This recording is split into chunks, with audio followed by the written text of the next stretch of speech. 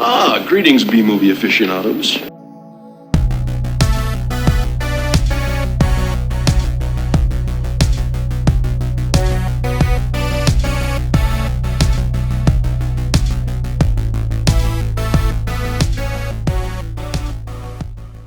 Hello, welcome to A Couple of Flicks. I'm Tristan. I am Nick. And I'm Zach. Today we are doing our second Christmas episode. So we did it, boys. Yeah. we survived 2020 almost. Yeah. Almost. Yeah. A few more weeks, but anyway. All right, cool. Well, before we get started, have either of you watched anything the past couple weeks that you want to talk about? Go ahead. I'll go first because I haven't.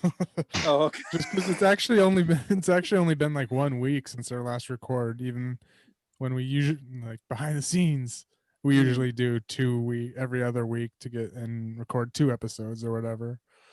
But yeah, this week was only 1 week and just been gaming. I did I've been addicted to GTA Online. It's actually pretty fun, even though there's Excellent. a lot of memes on how Rockstar monetizes it, but the game's actually pretty fun. You get to create a whole, the online version. You get to create a whole empire, drug running empire, fucking illicit empire, and take over the city basically. So it's pretty fun. Nice. It was funner than I thought it was gonna be. I play it occasionally. Yeah, it's definitely good fun stuff. And then the other one that is movie-ish related, it's big news. This is the week Cyberpunk as of recording, Cyberpunk 2077 came out. Yeah. That's a very cinematic video game, to say the least. Yeah. Oh yeah, I'm playing that as well. Nice. Yeah. How far did you get into it so far? Not too far, but I'm past the prologue and everything. So yeah, me too. I met Keanu finally, and that's where I stopped. Oh yeah, excellent. I think I'm a little further than that then.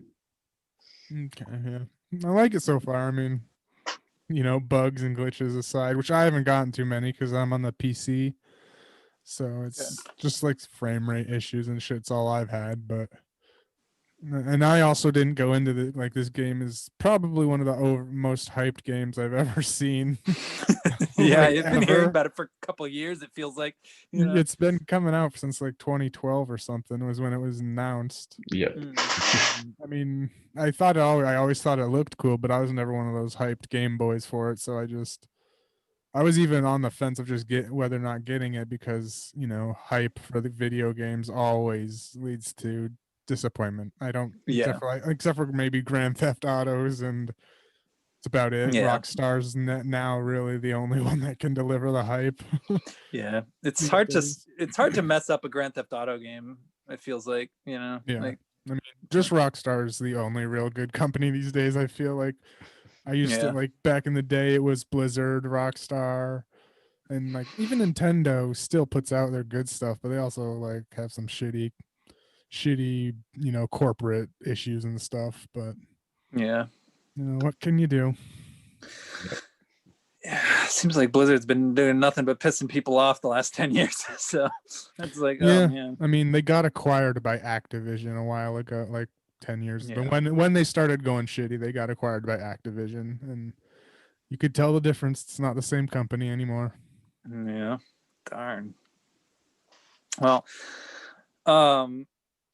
I don't really game much these days, but I certainly have heard of the new Cyberpunk game. I'm into that genre a lot. I like a lot of cyberpunk novels and I even some films, even though most films that are cyberpunk related kind of suck, like Johnny Mnemonic and stuff like that, I still like that stuff. I mean, just because there's just something kind of charming about it, so.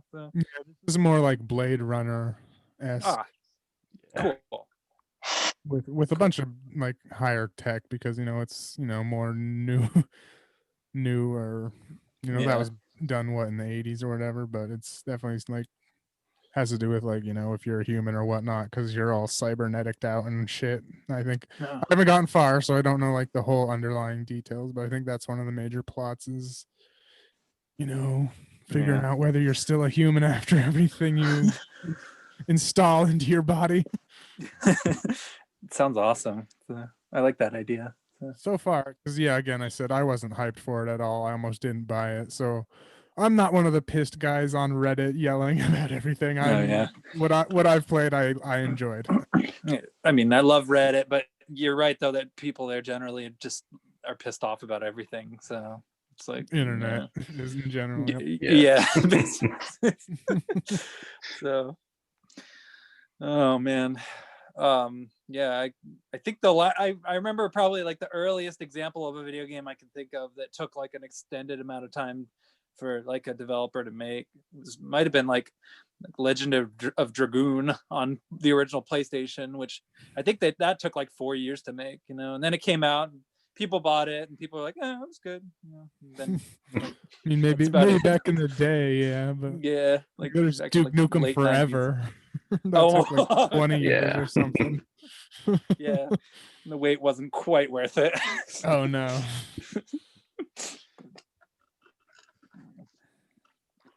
What about you, Zach? Aside from playing Cyberpunk, I've been doing a 25 days of Christmas horror marathon. Excellent. I've watched a bunch of Christmas movies, 13 so far. All right. And Which? Oh yeah, go on. I've watched all 3 of the Black Christmas movies. Oh man, you poor soul. Yeah. I had seen the first 2, but the latest one I hadn't seen, and it was atrocious. Yeah. Was it even a Christmas movie? To be honest, like.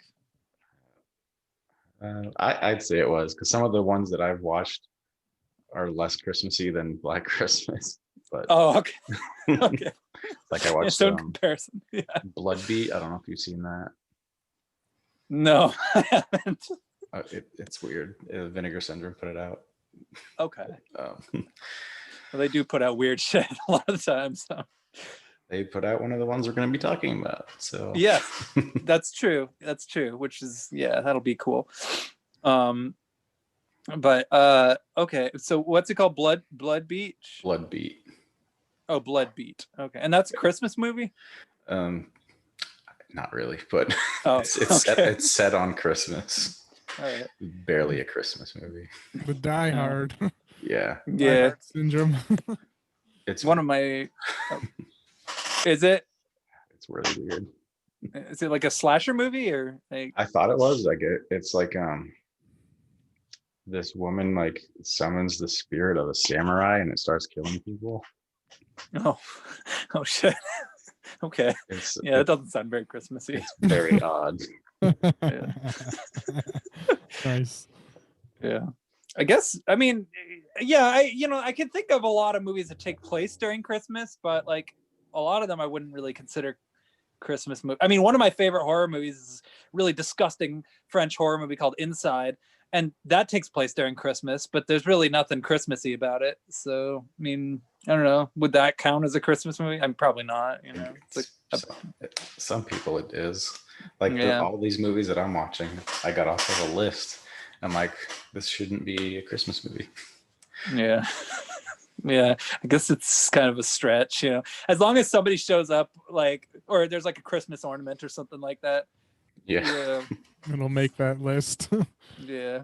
Gotta has for me it has to have that feel. Yeah. Same. A lot of the ones I watch like don't have the feel because there's no snow or nothing. Obviously filmed in like California. Oh. That's yeah. I would say that if it doesn't feel like a Christmas movie, then it's not a Christmas movie. You know, that's more or less my criteria as well. And you know, there are some movies that are that one could argue like don't become Christmas movies until like the end, but like It's a Wonderful Life, most of that movie, like I'd say probably about like at least an hour. It doesn't take like it's not really until like the last 20 to 30 minutes of the film that it even, brings up the idea of Christmas, and then once it does, it actually, ends up being pretty genuinely Christmas-like and festive. So I would consider that a Christmas movie. But if you'd only seen like the first hour of it, though, it's like, why is that considered a Christmas movie? Yeah.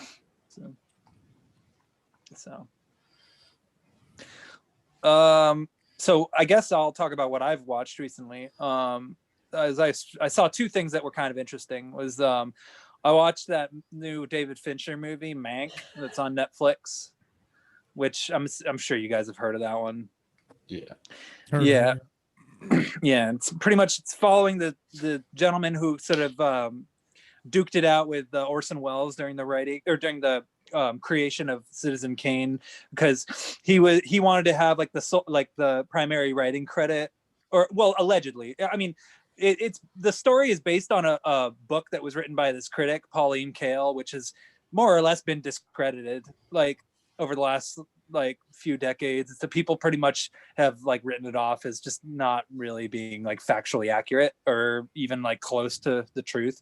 But the movie was based on that book, and I was actually curious to watch it just to see like how they would interpret the material. And I know a lot of people consider Citizen Kane to be a really overrated movie, but I actually really like it. And so I was willing to like give this a try, and I watched it and I really didn't like it very much. It was hard to get into, and there was just too much about it that felt like really severe. And it starts off being kind of cool because like the way it's presented, it feels like a film that would have been made back during that time period. And they even had like the same kind of like sound equipment and everything. But then like once you get kind of beyond the technical sort of achievement of it, there's really like, to me, there was pretty much nothing there. And so I wouldn't really recommend it. And I mean, if it ends up getting like any kind of Oscar attention, then like that'll just, in my opinion, be like surefire proof that this was just a crappy year. Because like, yeah, I didn't like it. Maybe I'll watch it again at some point, but I just wasn't really my thing, And then the other thing that I watched, which is probably going to be like more appealing, I guess, to people who, listen to this podcast, like if it's like thinking of like genre pictures, I watched Brandon Cronenberg's new movie, Possessor, last night. So have you guys heard of that one? I've heard of it. I just got it in actually, but I haven't watched it yet. Okay.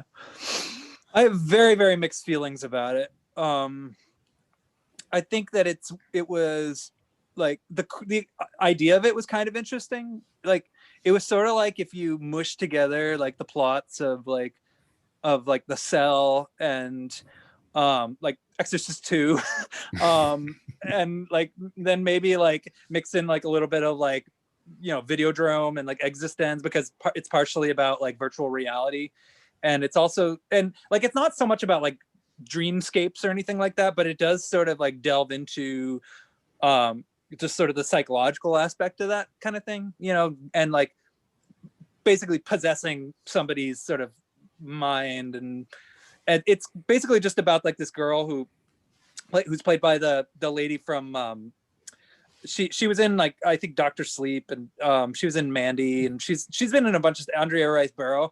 She basically like is going on these assassination assignments, except in order to like fulfill these assassinations, it's like she has to possess like the bodies of like somebody else so that the person's death doesn't get traced back to her. And then it's supposed to like be kind of like a suicide mission after that.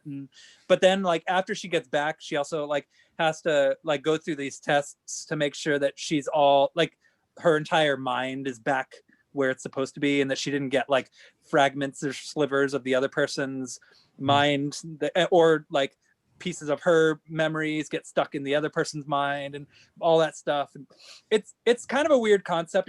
And like for like a lot of it, it's not really clear like why certain things kind of happen the way they do. Like they kind of go into this whole concept of data mining, where it's somebody's job to sort of look at everybody's like cell phone information and stuff like that, and like find all like everything that relates to whatever it is that they're looking for, if like it's like a certain product or something like that. And then they're supposed to basically trace it back to like the company that they work for, which I don't really understand why like they sort of introduce sort of like the human element to it, that somebody specifically like looking for this stuff and then bringing that back, since these days like it's actually like computers that do that from what I understand. So it's just kind of weird that they have like a person doing that in this movie. But you know, I try not to think about it too much, but the main problem I had with it is that there's like no likable characters whatsoever.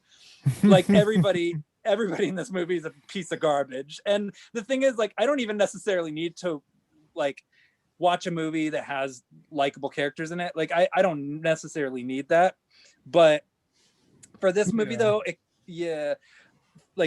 like for example, like Brandon Cronenberg's father, David Cronenberg, like a lot of his movies are about crappy people who do shitty things, and you know, I like a lot of those. But this movie just, I felt like the fact that these characters sucked so bad felt like it was a lot of just kind of plot convenience. Like it felt like a lot like the only way they could get the plot going is if these people made like poor decisions. And I don't know, it was hard to get into, you know, because of that. It was hard to sort of connect with, you know, but the makeup effects are amazing. So I would recommend it like on the basis of like the makeup. So it's kind of a high concept. It probably doesn't make a whole lot of sense like when I'm explaining it. It would probably make more sense if you just kind of watched it. But yeah, I wasn't quite, I don't know. Again, I might give it another shot at some point, but I didn't quite connect with it. So I think you're like the first person that didn't like it a lot. Like a lot of people are really talking it up. yeah, that's the thing. Yeah, I'd heard it was really good, and I was like, oh, sweet. And I liked David Cronenberg's previous film, The Antiviral, which that has kind of a weird concept too, because it's about like people who want to get like the like venereal diseases of their favorite celebrities, which it sounds strange, but when you watch it, it actually makes sense. I mean, But sounds like a Cronenberg movie. Yeah, pretty much. If you like Cronenberg's like style and like the body horror aspect and just the whole like grossness of his work, then you know, Possessor, like it definitely delivers. I just was hoping that it would be like a little bit more thoughtful and like a little bit more like intelligent, because it was actually I thought it was kind of juvenile, even though it was well made, you know. So yeah. But anyway, so those were like the two things that I watched. And, yeah. Nice.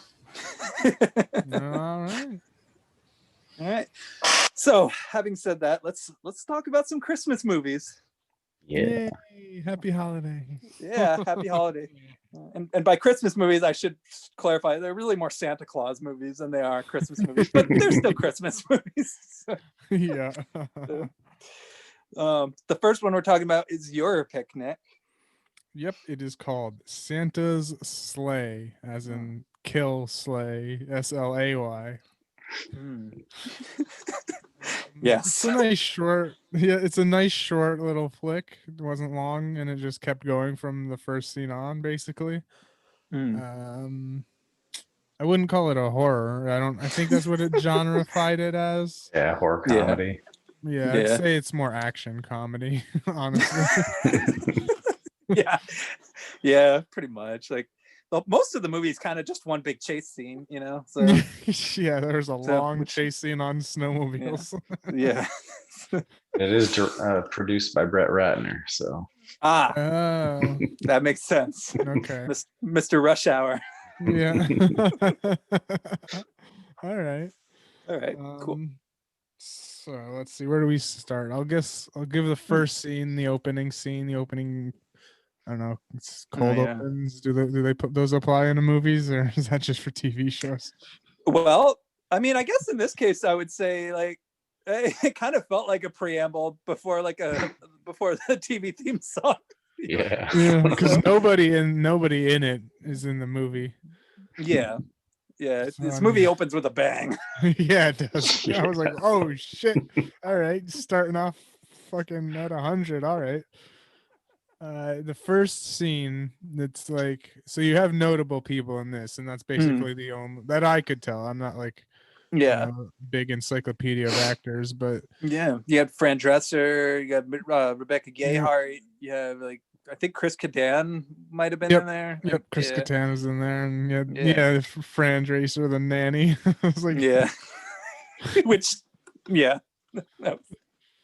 I appreciated that because I'm not really crazy about Fran Drescher. yeah, I don't know, but she was good in that one scene. Yeah. Yeah. So what She it did is exactly what was required. So. yep. So what it was is just a just a Christmas little gathering. Maybe their family. Couldn't really tell because they didn't really say much. There's I think there's a wife and husband Yeah. couples. Yeah, they may as well be family. I mean, they're all rich, so they just It was a rich family. Literally, they were just sitting down, barely doing shit, and then the chimney starts shaking and rumbling, and soot comes down, and then you just see a pair of Santa boots and feet come down, and he doesn't even like crawl out of the chimney. He just smashes his way through the fucking chimney, and immediately, no like I think Fran is like Santa. yeah, she does that. She does her little ha laugh from the nanny. Yeah. Right before she gets killed. Yeah. And he just he just murders everyone just instantly. And I will say now that you mentioned it was Brett Ratner produced, I can see it because the action scenes were pretty well put together. The little Agreed. fight scenes, I could see some, because I was even going to mention, there was like some Jackie Chan-esque type things because he was using chairs and tables in some fights and shit, but more wrestling based than like kung fu based because of Bill Goldberg or whatever. Oh yeah, So, Bill Goldberg plays Santa Claus. yeah, he's the Santa. And so yeah, there's some that's one thing that's going for him. Some sweet little action sequences. Yeah. And yeah, that's where the movie starts off. Yeah. We have our main players, or our main actors or characters are some 16-year-old kid named Nick, or Nicholas, of course. Yeah. Well, I forget their last name. It was something Christmas soundy as well. Yulson. Yulson, yes. Yulson. Yeah, and then his love interest, which I guess they're just starting a relationship at that point. Yeah. They work at a deli. Yeah, and it's a Hasidic deli, isn't it? Yep, a Jewish deli. Yep. Yeah.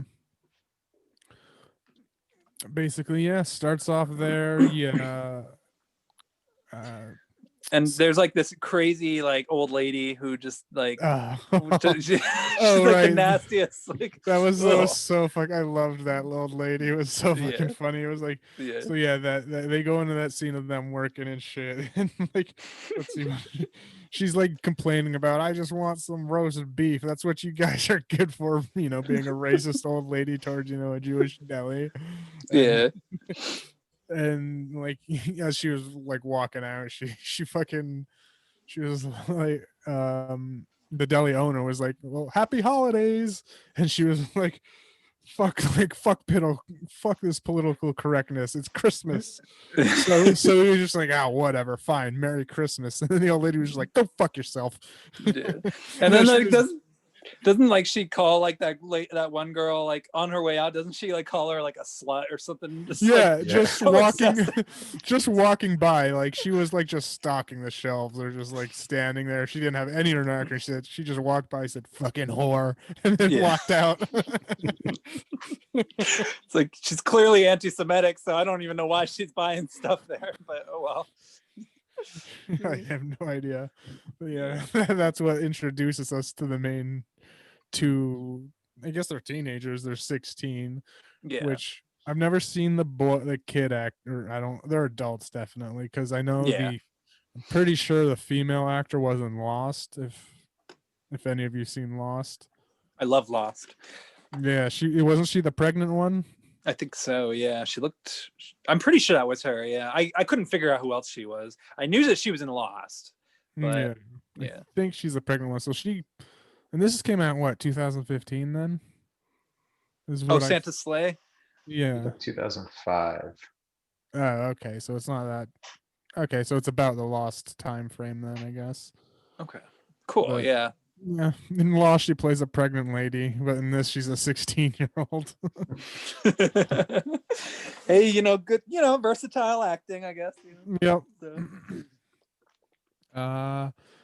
And so I guess let me see where to go next. It's okay. So we fought the main characters, the guy, the kid guy. He goes home after a day of work. He lives with his crazy grandpa who's a inventor type shit. Yeah. Like a doomsday prepper. Like you see him go home and he has to like undo 3 locks and a security sensor before going into his house. Yeah. Like, He's the town crazy. yeah, the town crazy doomsday prepper guy. And his dad, and he's like, "Hey, I got something to show you." So he takes him downstairs, and he shows him a doomsday bunker, basically. Yeah. And he's like, the kid is like, "Oh, you've completely lost it. This is nuts." And Yeah. also along the way, we see a nutcracker fucking item that he made because he's like an inventor that just shoots. I don't know what the fuck it was, like bullets that just bounce all over the fucking place. Yeah. Something like that. Yeah. I mean, and so we get the idea that he's a crazy inventor, old kook. Yeah. I guess those are our 3 main characters. Basically, is the girl, the kid, and his grandpa. Yeah. Those are our heroes. Yep. And so the kid, understandably, is like, "What the fuck? There was no bunker here. What are you doing?" He was asking his grandpa all this shit. Like, "What? You going crazy? You've gone fully crazy." And the grandpa's like, "I'll show you why. Let's." So he pulls out like a Nordic book, uh, which basically in this world, Santa, like there were 2 immaculate conceptions apparently. Jesus and Santa. So like Jesus came from God and Mary or whatever, and Santa came from Satan and I don't know, it was like Eve, not Eve, but like Erica or something, something weird. I want to say it was a normal name, but it started with an E. Yeah. And I get just through the years, apparently, like this is all backstory that the grandpa is telling. Through the years, Santa just became more evil and evil because he's the son of Satan. I mean, eventually he just starts murdering everyone on Christmas. Yeah.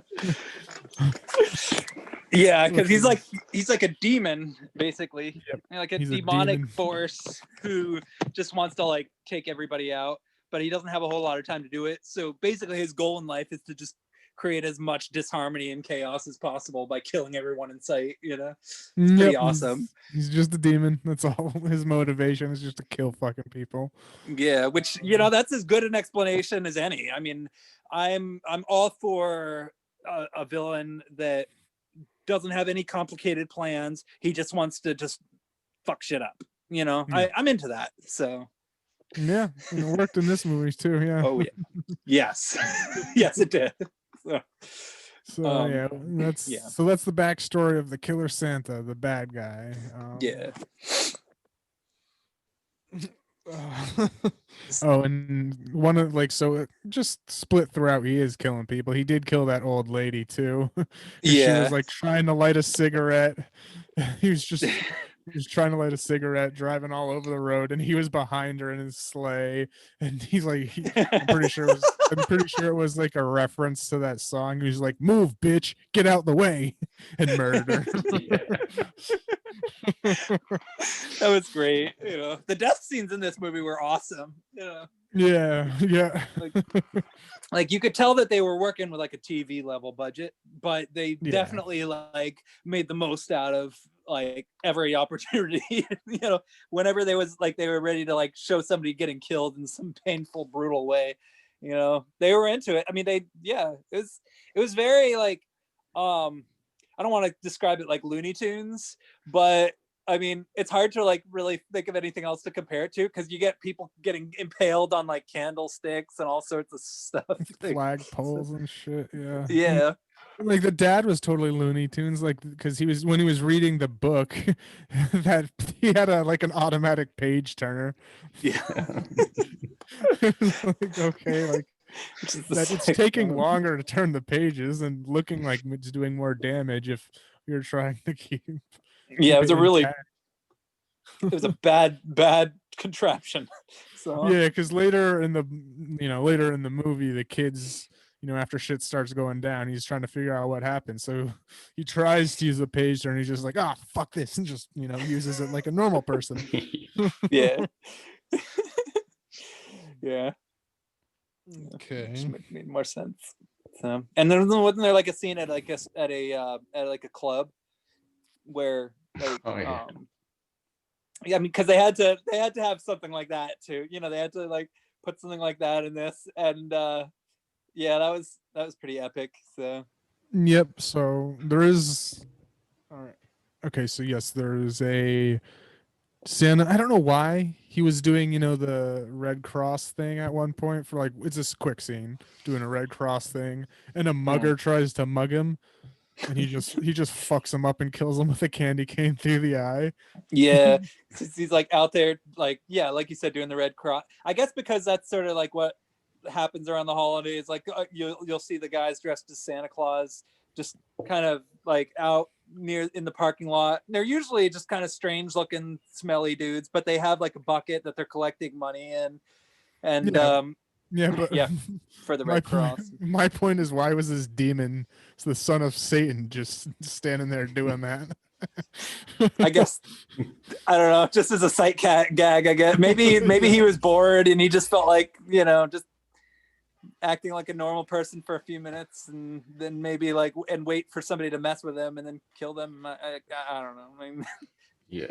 And what's with Christmas movies with candy canes through the eye? Yeah, I know, right? Like, not very original. It really isn't. You gotta have it if you're making a Christmas horror movie. Mm-hmm. Yeah, it seems like it. Yeah, certainly seems that way. Yeah. But well, at least it's better than an icicle though, because like I mean, I've had icicles land on me before. I mean, I live in Vermont, so it's bound to happen, I suppose. And actually I've had icicles land on me a few times, and usually they just shatter. They haven't impaled me yet, so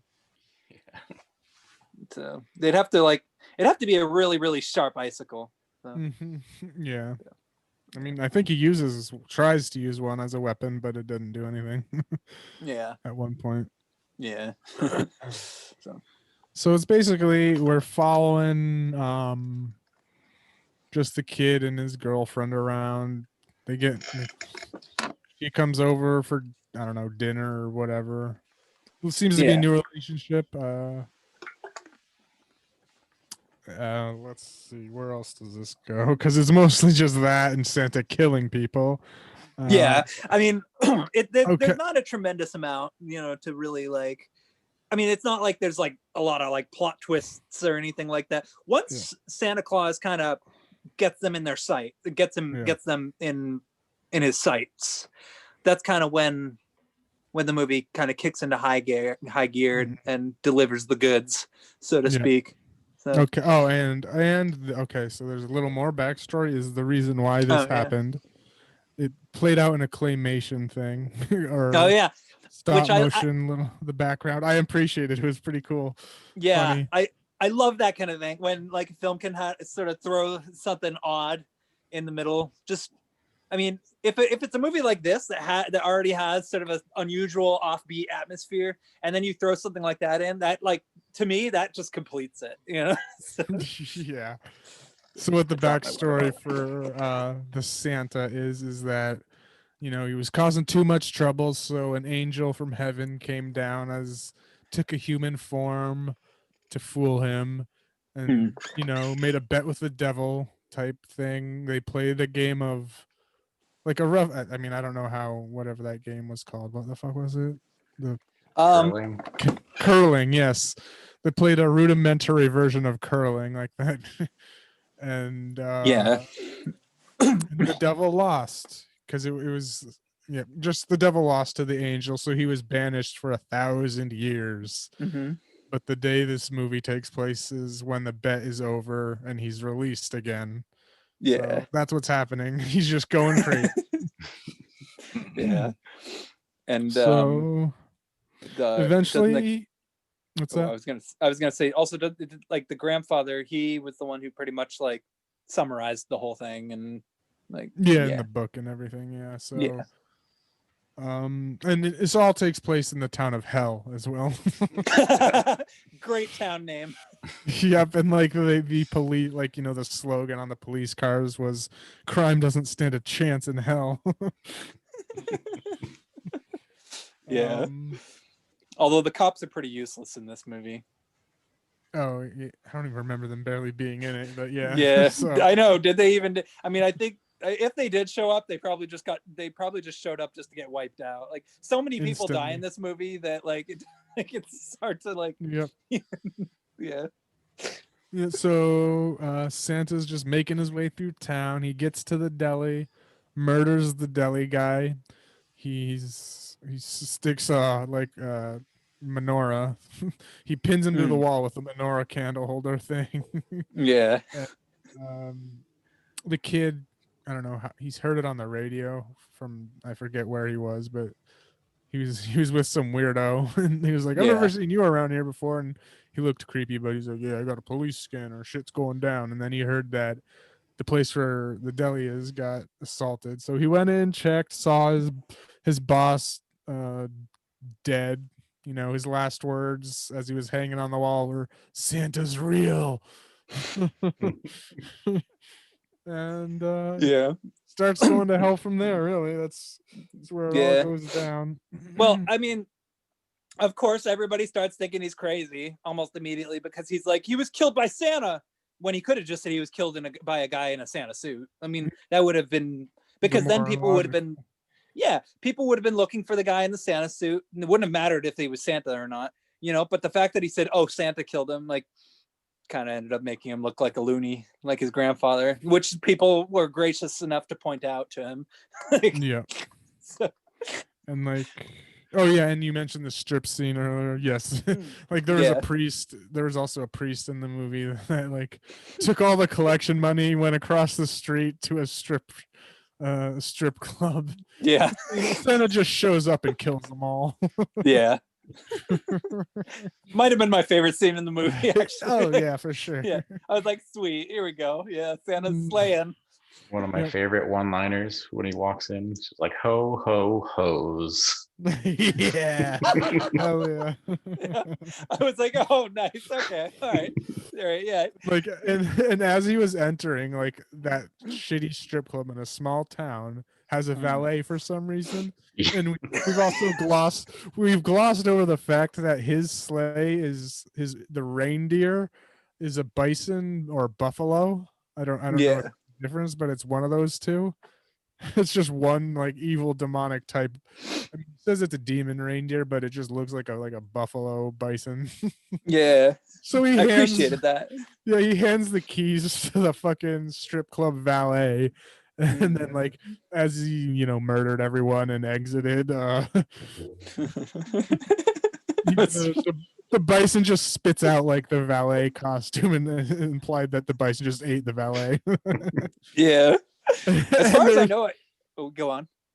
And one of the funnier kills in that the strip club fight was he killed a guy with a stripper pole. Like he walked up to the stripper pole, he was about to grab it, and he was like, "Oh, gross! No, fuck this!" And he like disinfected it, wiped it down, and then he like used it, shoved it into a dude, and then kicked it into a light, so it like electrocuted him all the way down, and it was just a wild. That was awesome. A wild kill scene, yeah. Yeah, that was great. It was so good. Yeah. Oh my god, there's so many like death scenes in this movie that I could like, if I actually like sat down and watched this movie a couple times, I could probably come up with my like a top 5 favorite death scenes in Santa's sleigh. Yeah, there's a good one for sure. Yeah. Like Fran Drescher getting her face put in the that fondue stuff.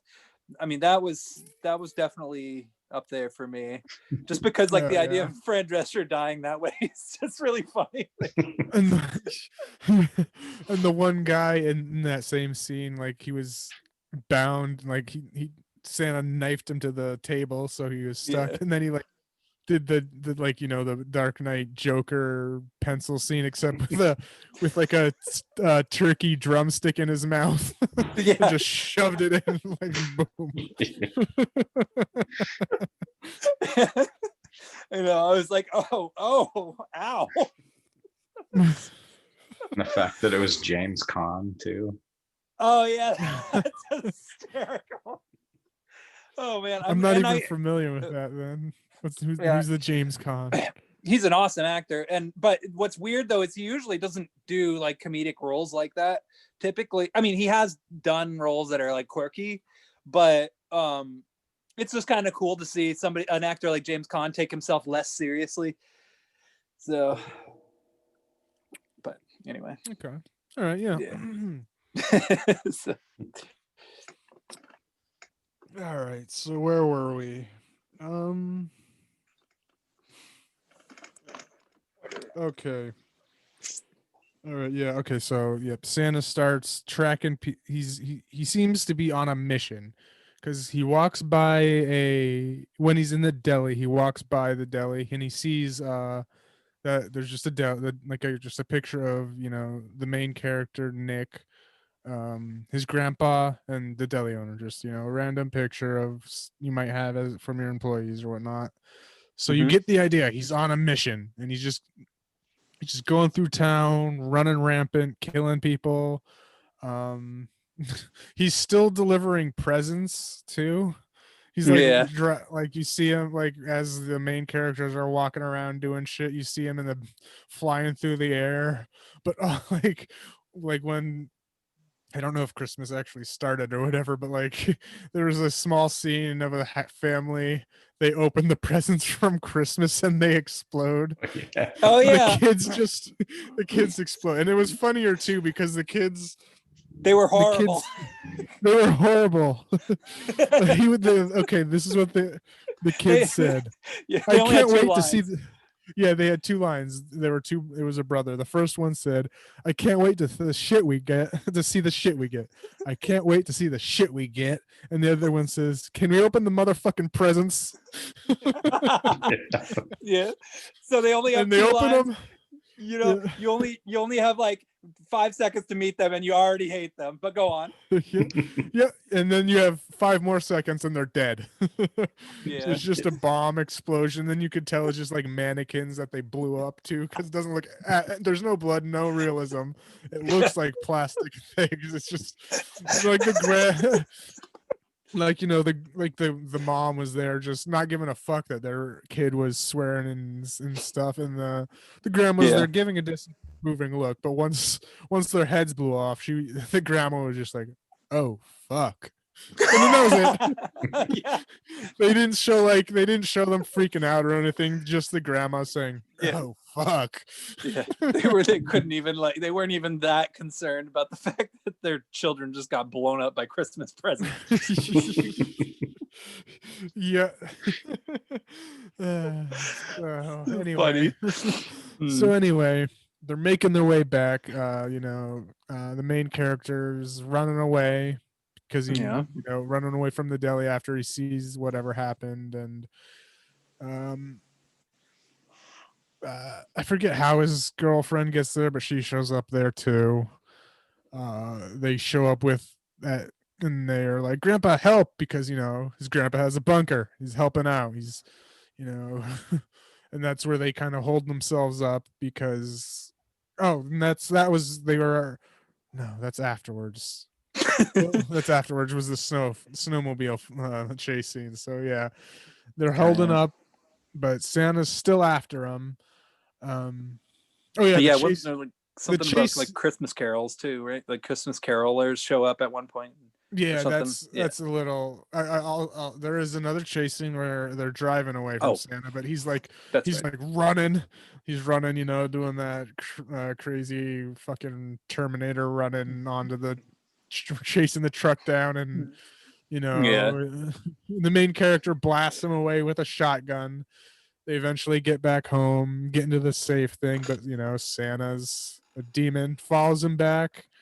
Um, Grandpa still has tricks up his sleeve. They get in the bunker, but the bunker's no match for Santa. There's a secret exit to the fucking garage with 2 snowmobiles ready to go, but of course the girlfriend can't start hers. The girls are like, I can't pull it. Of course, the main character has his ready to go, and he's like, come on, let's go. And it's taking her forever. And then, Santa's there, and you get this familiar feeling because the grandpa is talking shit to Santa. Santa's talking shit back, and then Santa's reindeer eventually just flies in out of nowhere, runs the grandpa over, boom, dead. And then there's then after that there's like a 10-15 minute snowmobile chase scene with them on the snowmobile, him on his reindeer from Hell Ride. He's chucking presents that are like grenades at him and shit. Which kind of it's somehow even though it's a chase scene, somehow the body count manages to rise even higher throughout the course of this chase scene. So and one little key fact that comes back later is they go through like a skeet shooting range.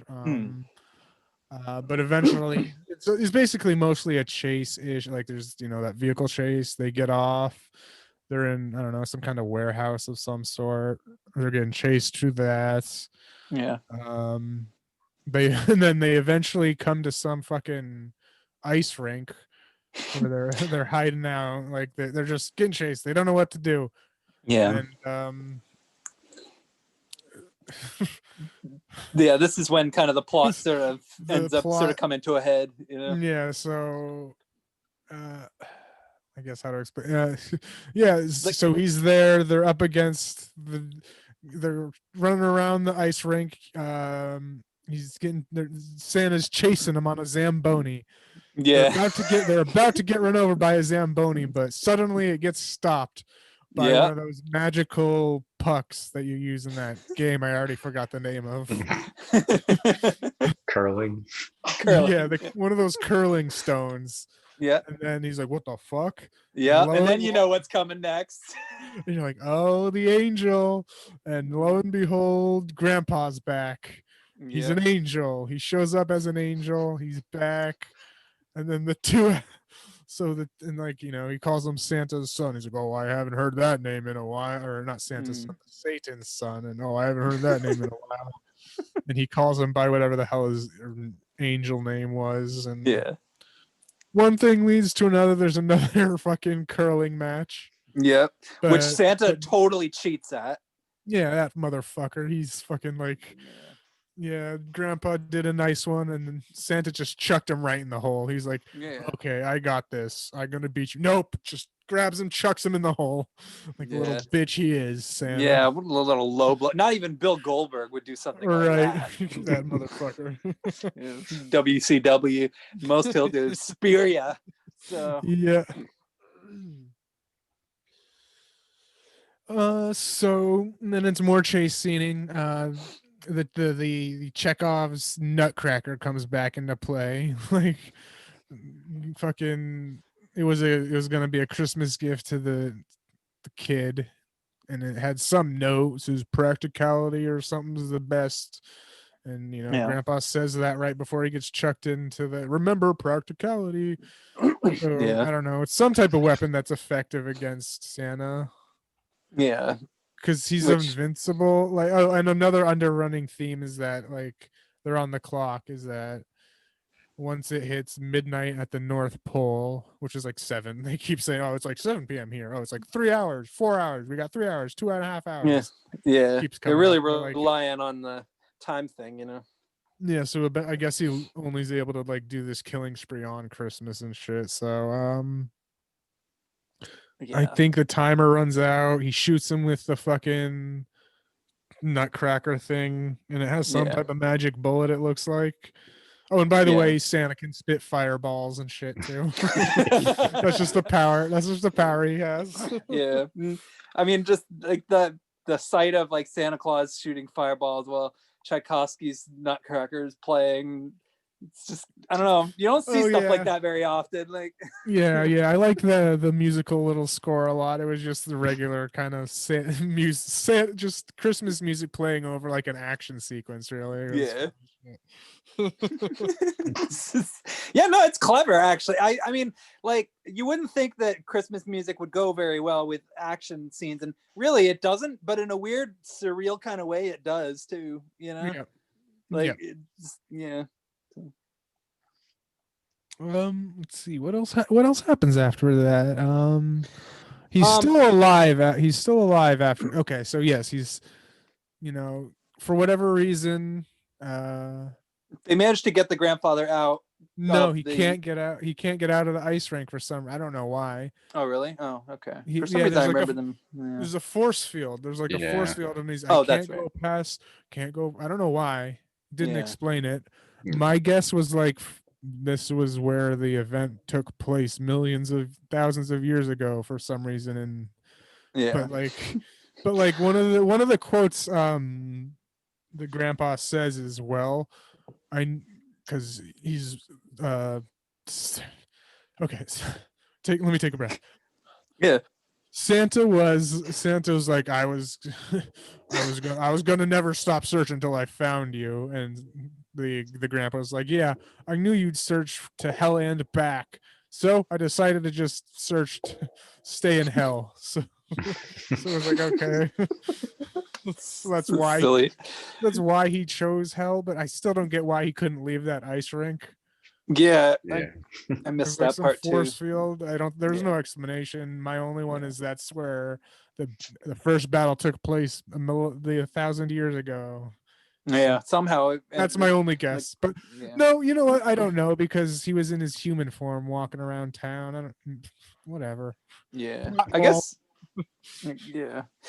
Somehow it makes sense when you're watching it. You know, in hindsight, it kind of like I'm a little puzzled by the way the last like 10 minutes unfold, but Yeah, it just kind of ends it up quick. yeah, So they kind of wrapped it up really quick. there's another. So Santa's still alive. Mm-hmm. Because he busts through the ice rink with his Zamboni to escape. Yeah. And they devise a plan to go on the offense, is what they say. So they go Yeah. back. They go back to the skeet shooting range, which I guess the main character's Mac is her name, the female main. Her brother's there, just a bunch of rednecky type dudes shooting skeet are there. And they tell him about the Santa. Well, and at this point, everybody knows that there's some homicidal Santa coming around. Yeah. There's one. It's hard to like ignore, like, just there's dead bodies everywhere. So it's like, Yeah. So they know. So they said, all right, we have this one chance. Let's do it. And, they set up a whole like lineup of people about to shoot him. And sure enough, Santa's coming on in his sleigh. yeah, laughing evilly, and Yep. And they fucking they shoot it to fuck, but it's not working. It's still coming in, and then out of nowhere, a bazooka comes and just blows the fucking reindeer up. Yeah. And I at first, because the way it was shot was, it looked like the main character just had like some type of explosive fucking shell that only exists in like video games, but no, Yeah. no, it was the main character's like father. He had a bazooka. He had just like a bazooka, and like it was a little run line. They had one of those dumb little second act fights, because the girlfriend said, "Oh my, and your dad, your grandpa's not crazy. He's just odd." And then the fucking kid goes on her dad like, "Oh, he's got all these guns. Your dad's fucking crazy." And then by the end, oh, okay, thanks. Like, no, but by the end, he saves the day with a bazooka, which I think, because I think what they said because this is, how'd you get the bazooka? And there was that, like, I think indigenous man who Yeah. was like, he was wearing a hat that was llama cigarettes, you know. So he was Yeah. speaking through one of those mouthpieces that made me sound like a robot. And he was like, "Oh yeah, he gave it to me." And the guy was like, "Yeah, cost me one of my lungs." It's like, good enough explanation as any. So, All right. so, And then that's basically the end. They kiss there, but they find out, like, they check it out. Somebody strapped the buffalo to the to the hood of the car like a redneck would. But they check out this Santa, and it was the priest. They switched Santa. The actual Santa did a good old switcheroo on him, and it was the priest that they killed. And the townspeople thought, "Oh, the priest did this. What a bad dude!"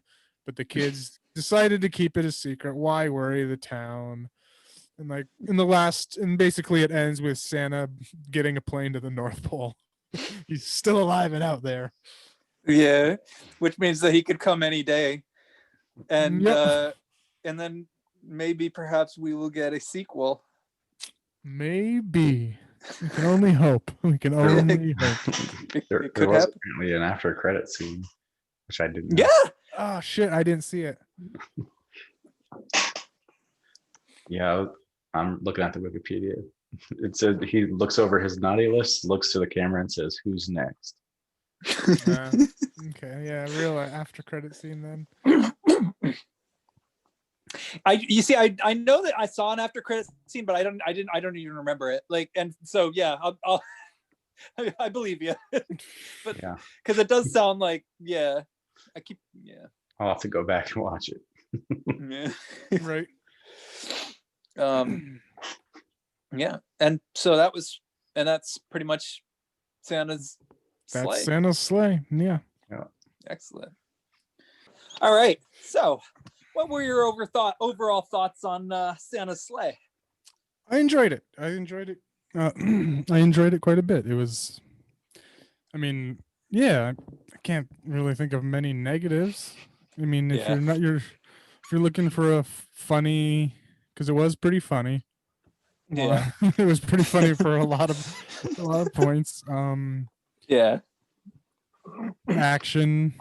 There was surprisingly good action scenes. I don't know, like it did seem TV movie-ish, but like the actual fighting scenes, like it was. Now that you mentioned Brett, it was a Brett Ratner production. I don't think did he direct it? No. No. So then some of those fight scenes make sense because it is like kind of. They do have a Rush Hour vibe / like I said earlier, Jackie Chan-y vibe. He uses like fucking tables and stripping poles and shit to kill people. Yeah.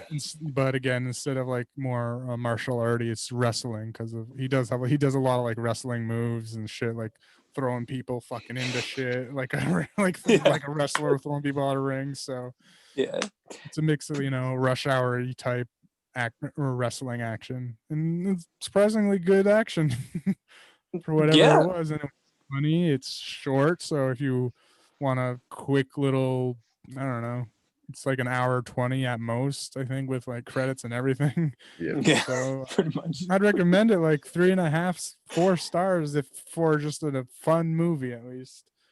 Yeah. I'll go 4 stars. Why not 4? Yeah, I would.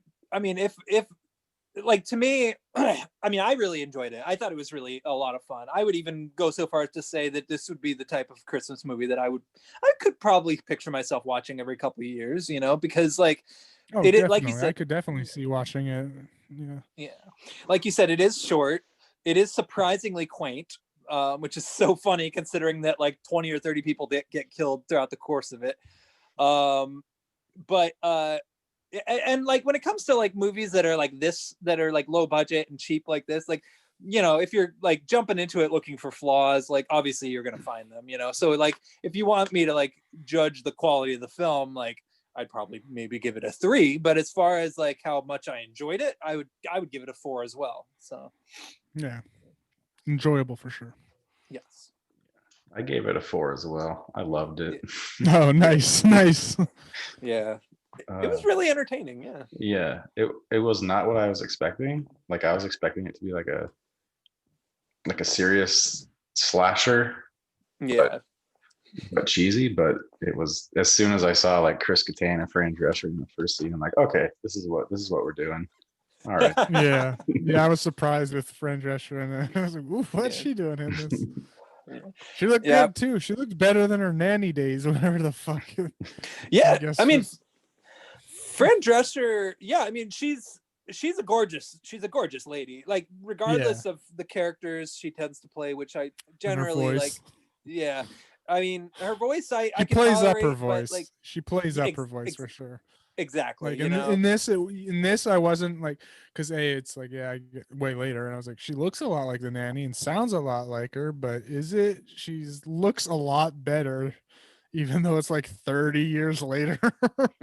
yeah, yeah. She always, even today, like, I still think she Well, I looks pretty guess not gorgeous. So 30 years later, but yeah, she's definitely is. She yeah, all that and new face products they come out with these days and shit. yeah, I mean, Keep that's you the thing, looking it's- younger and younger. yeah, celebrities, like, they can retain their looks, and it's almost like they're statues, like they're walking statues. They just never age. Until they get to the point where they just get tired of having Botox and facelifts, and then it gets tragic. Like, Yeah, I mean, but I'm not going to go into that. Yeah. But yeah, no, I enjoyed it a lot. I liked it, and yeah, I was I mean, I saw the title, and I was almost expecting like a Abraham Lincoln Vampire Slayer type of thing, where like Santa Claus fights like zombies or something. Like, or vampire, because when I think Sleigh, I think Vampire Slayer. Like, okay. that's just the first thought I have. And yeah. And speaking of vampires, I just want to mention my favorite line when they're Oh, getting, Oh, I wrote this one down too. Yeah, go Yeah. ahead. Go ahead. Yeah. when they're being chased by the Zamboni. Kid just shines a flashlight in his eyes. He's like, I'm Santa Claus, not fucking Dracula. Yeah. I loved that one too. Yeah, I wrote that one down. That was great. I liked when he showed up at the police station. They were all dead. I was like, whoa. Yeah, Oh, he yeah. just Yeah. showed up, killed the main, police officer, and then just walked out. And like they showed him just walk through the halls of dead cops. Yeah. If I were to make a sequel, I would have a Terminator-like sequence where they're hiding from Satan Santa, and he goes to the police station and just butchers everybody. If I made a sequel, I would have something like that in it. I think, like, just because, like, the idea of Santa Claus walking through a police station and killing a bunch of cops is just, that just sounds like that'd be so ridiculous. Anyway, I would love a sequel. Yeah, they I'd be- should do it. I would be into that too. So, but anyway, so all right. Anything else? Or? I think that's it. No, I think we just about covered it. Yeah. Okay. So Santa's Sleigh, it's recommended. So, and they should make a sequel at some point. Oh, I will say one. Oh, Okay, one more quote that I fucking laughed yeah. at was. I mean, it might be a little politically incorrect, so I'll use the correct term for it. But like, the Mac is her name. Well, Mary. Yeah. The girlfriend, but her last name, I guess, is Mackenzie, and I was confused a little bit because the first part of the first half of the movie, he was calling her Mary, and then they switched it up to Mac. Wait, what? I thought her name was Mary because like Christmassy Mary shit. But anyway, that's beside the point. I guess her last name was Mackenzie. I guess that's why they called her Mac. Yeah. But anyway, she comes over to visit, like, just for a visit. She gives fucking the grandpa some wild, what was it? She killed some weird animal to feed the grandpa. Wolverine. Yeah. She killed a Oh, okay. Yeah. The dad killed a Wolverine and gave it to her, and she gave the main character a gun, and he's like, and it was a gun, and he was like, I don't mean to sound ungrateful, but are you fucking R-worded? Because he gave her a gun, because it looked like a straight up gun, and he was like, I mean, God, I don't mean to sound ungrateful, but are you fucking R-worded? And he uses the actual word. I won't say it. I don't Right. want to get canceled this early in my career, even though I'm quoting a movie. Yeah, it was more And then like she was yeah. just like, "Oh, you fuckwad, open it up." And it turned out to be a transformer because he had a little throwaway line that, okay, and I guess I'll go a little tangenty, but there's like he had a throwaway line telling her, "Yeah, I always wanted a GI Joe or action figure or whatever, but I always got an easy bake oven." And so one of the actual way Santa tracked him down to hell was when he was a kid. He wrote, because that Santa does get all the messages apparently from all the kids. So one Yeah. of his letters made it back to him. And it was funny. It was like, "I wish my grandpa didn't work so much. And I would really like an easy bake oven."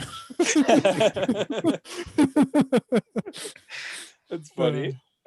Oh, yeah, no, I enjoyed the character. They were pretty silly, so they were likable. It's like, yeah. And I like that female actress. I like her for whatever she's Mm. in. I've seen her and stuff. She's cute. I like her. Yeah, it was an attractive cast. Even Bill Goldberg ended up coming out looking pretty good. I mean, he was had cool. the Santa. Yeah, like as he felt like it was like he was born to play Santa. Like I like how he took in every time he was about to kill Bilby, just took off his hat and chucked it on a hat rack. yeah, because there was enough of those. Yeah, everywhere. Good movie. Yeah. So, but having said that, the next one we're going to talk about was my choice, and I don't know if you guys are going to necessarily be as on board with this one as I am, but I figure I chose it because I tend to like really twisted dark movies. And the one I chose was the 1981 or maybe 1980. I know it was filmed in 1979. I know that much. Yeah, 1980. Christmas Evil, aka You Better Watch Out, aka Terror. Took me a second to find this. Took me a second to find this one too. Yeah.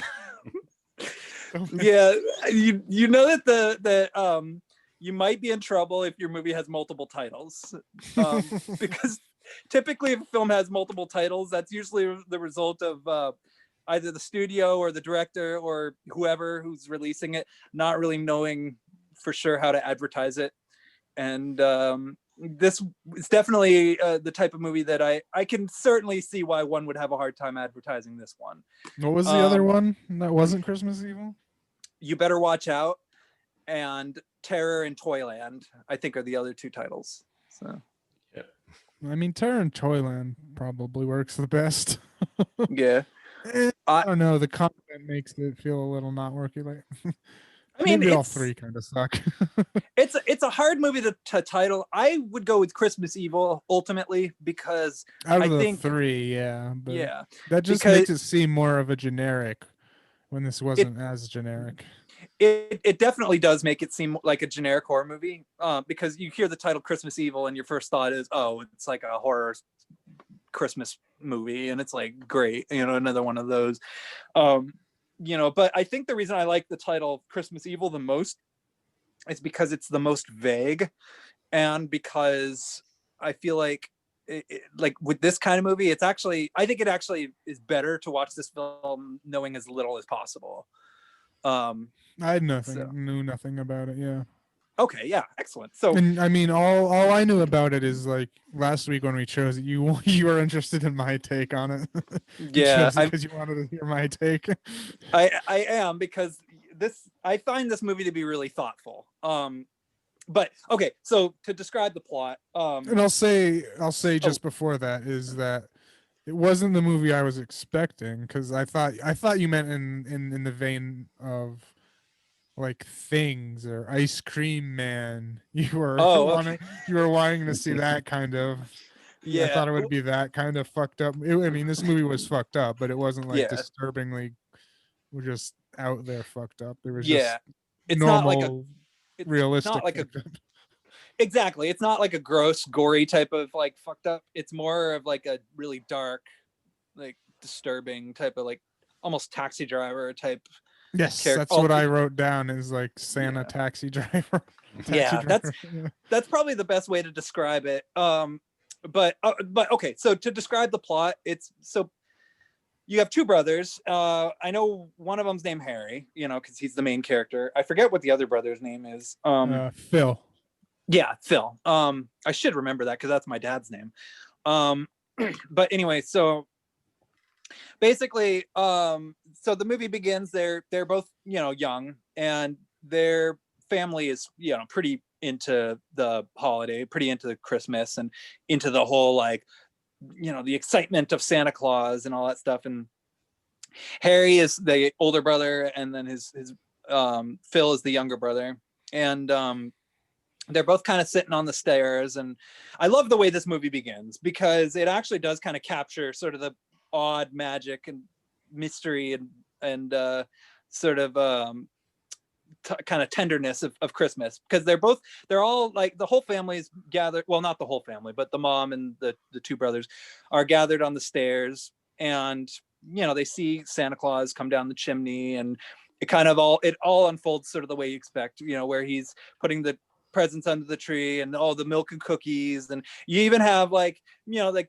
him getting like a plate set up, and it's actually like pretty charming and cute. I found. And the older brother Harry is like totally like transfixed, like, oh my god, like Santa Claus here is here, this is amazing, this is the greatest thing ever. And his younger brother, like after a while, he's like, okay, this is kind of funny, like, and he starts kind of chuckling. And so it's pretty obvious, like when you look at the two brothers, like which one's the believer and which one isn't, you know, which one's the skeptic and which one is like really into the superstition. And so, you know, they're upstairs in their bedroom, they get into this little argument. It's like, yeah, no, that was dad, dude, I'm sorry. And he's like, no, it wasn't, it was Santa, like, you're an idiot. And so then Harry ends up going downstairs, just, you know, out of curiosity, just to kind of take a peek at the presents. And unfortunately, he comes downstairs and witnesses the sight of the person who is dressed up like Santa, who at this point we can presume is the father, having a bit of a sexual escapade with the mom. You know, I'm not going to go into detail about what they're doing, but nothing. It wasn't that bad. It was just, you know, it was a little visually stimulating, but it was just them like kind of groping and kissing. Well, but at one point he does like bend down, or she does like kind of bend down, and it's like it's implied that oral sex is being performed, you know. And so Harry, you know, witnesses Damn, I this. missed that part. Oh, yeah, like Harry, he witnesses this, and he totally flips out, flees into the attic, starts cutting himself, and then ends up, you know, with a repressed memory. Like, basically. What a little bitch. Who hasn't walked into their parents doing it? I mean, come on. Well, I mean, it is something that unfortunately does tend to happen, like here and there throughout. Like a kid will like walk into their parents' room and see something they're not supposed to, and then it's like, oh, now the parents have to try to explain what's going on, you know. But unfortunately, in this situation, it's a memory that's kind of tied to something festive, you know, the Santa Claus thing. So this movie, and he believed it was Santa Claus too, so it could have been, oh, my mom's cheating on dad with Santa. yeah, Even it was never explained, but I just assumed it was his dad, and yeah. they were just having some fun time after the kids went to bed. Yeah, it could have been his dad. It could have been his mom cheating on somebody with Santa. I mean, that's what he thinks it is. He didn't think that it was his dad, more than likely. I think he thought it was actually Santa. Like, his mom was cheating on his dad with Santa. Exactly, and that's kind of what makes. That's the only thing that really makes this whole movie make sense. Yeah, I mean, I think it's safe to presume like that's more or less like why he's been traumatized. So jumps ahead, you know, several years later. I mean, the rest of the years later, right? What was that? Several, as in they're adults now, or is there like a part where they were teenagers? I that I'm missing. I think it jumps ahead to when they're both Yeah, adults. yeah, okay, yeah. And their parents are long gone by this point. They're out of the picture. The younger brother is now a family man. He's married and has 2 kids. But Harry, on the other hand, so getting reintroduced to him as an adult is quite something, because you immediately discover that he's pretty Santa obsessed, and is in a state of pretty arrested development, I would say. He takes out some binoculars and essentially like embodies the character of Santa, where he's looking at various children in other apartments, just He's a checking peeping to see Tom. he's checking to see if they're naughty or nice. And you have the one girl who he is looking through the binoculars and sees her through the window, and she's like rocking a baby, and he's like, "Oh, my precious little darling." And then he looks across the street and he sees the one kid he doesn't like, which is Maz Garcia. My favorite. Yeah. My favorite character. yes, mine too. He knows what he wants. Exactly.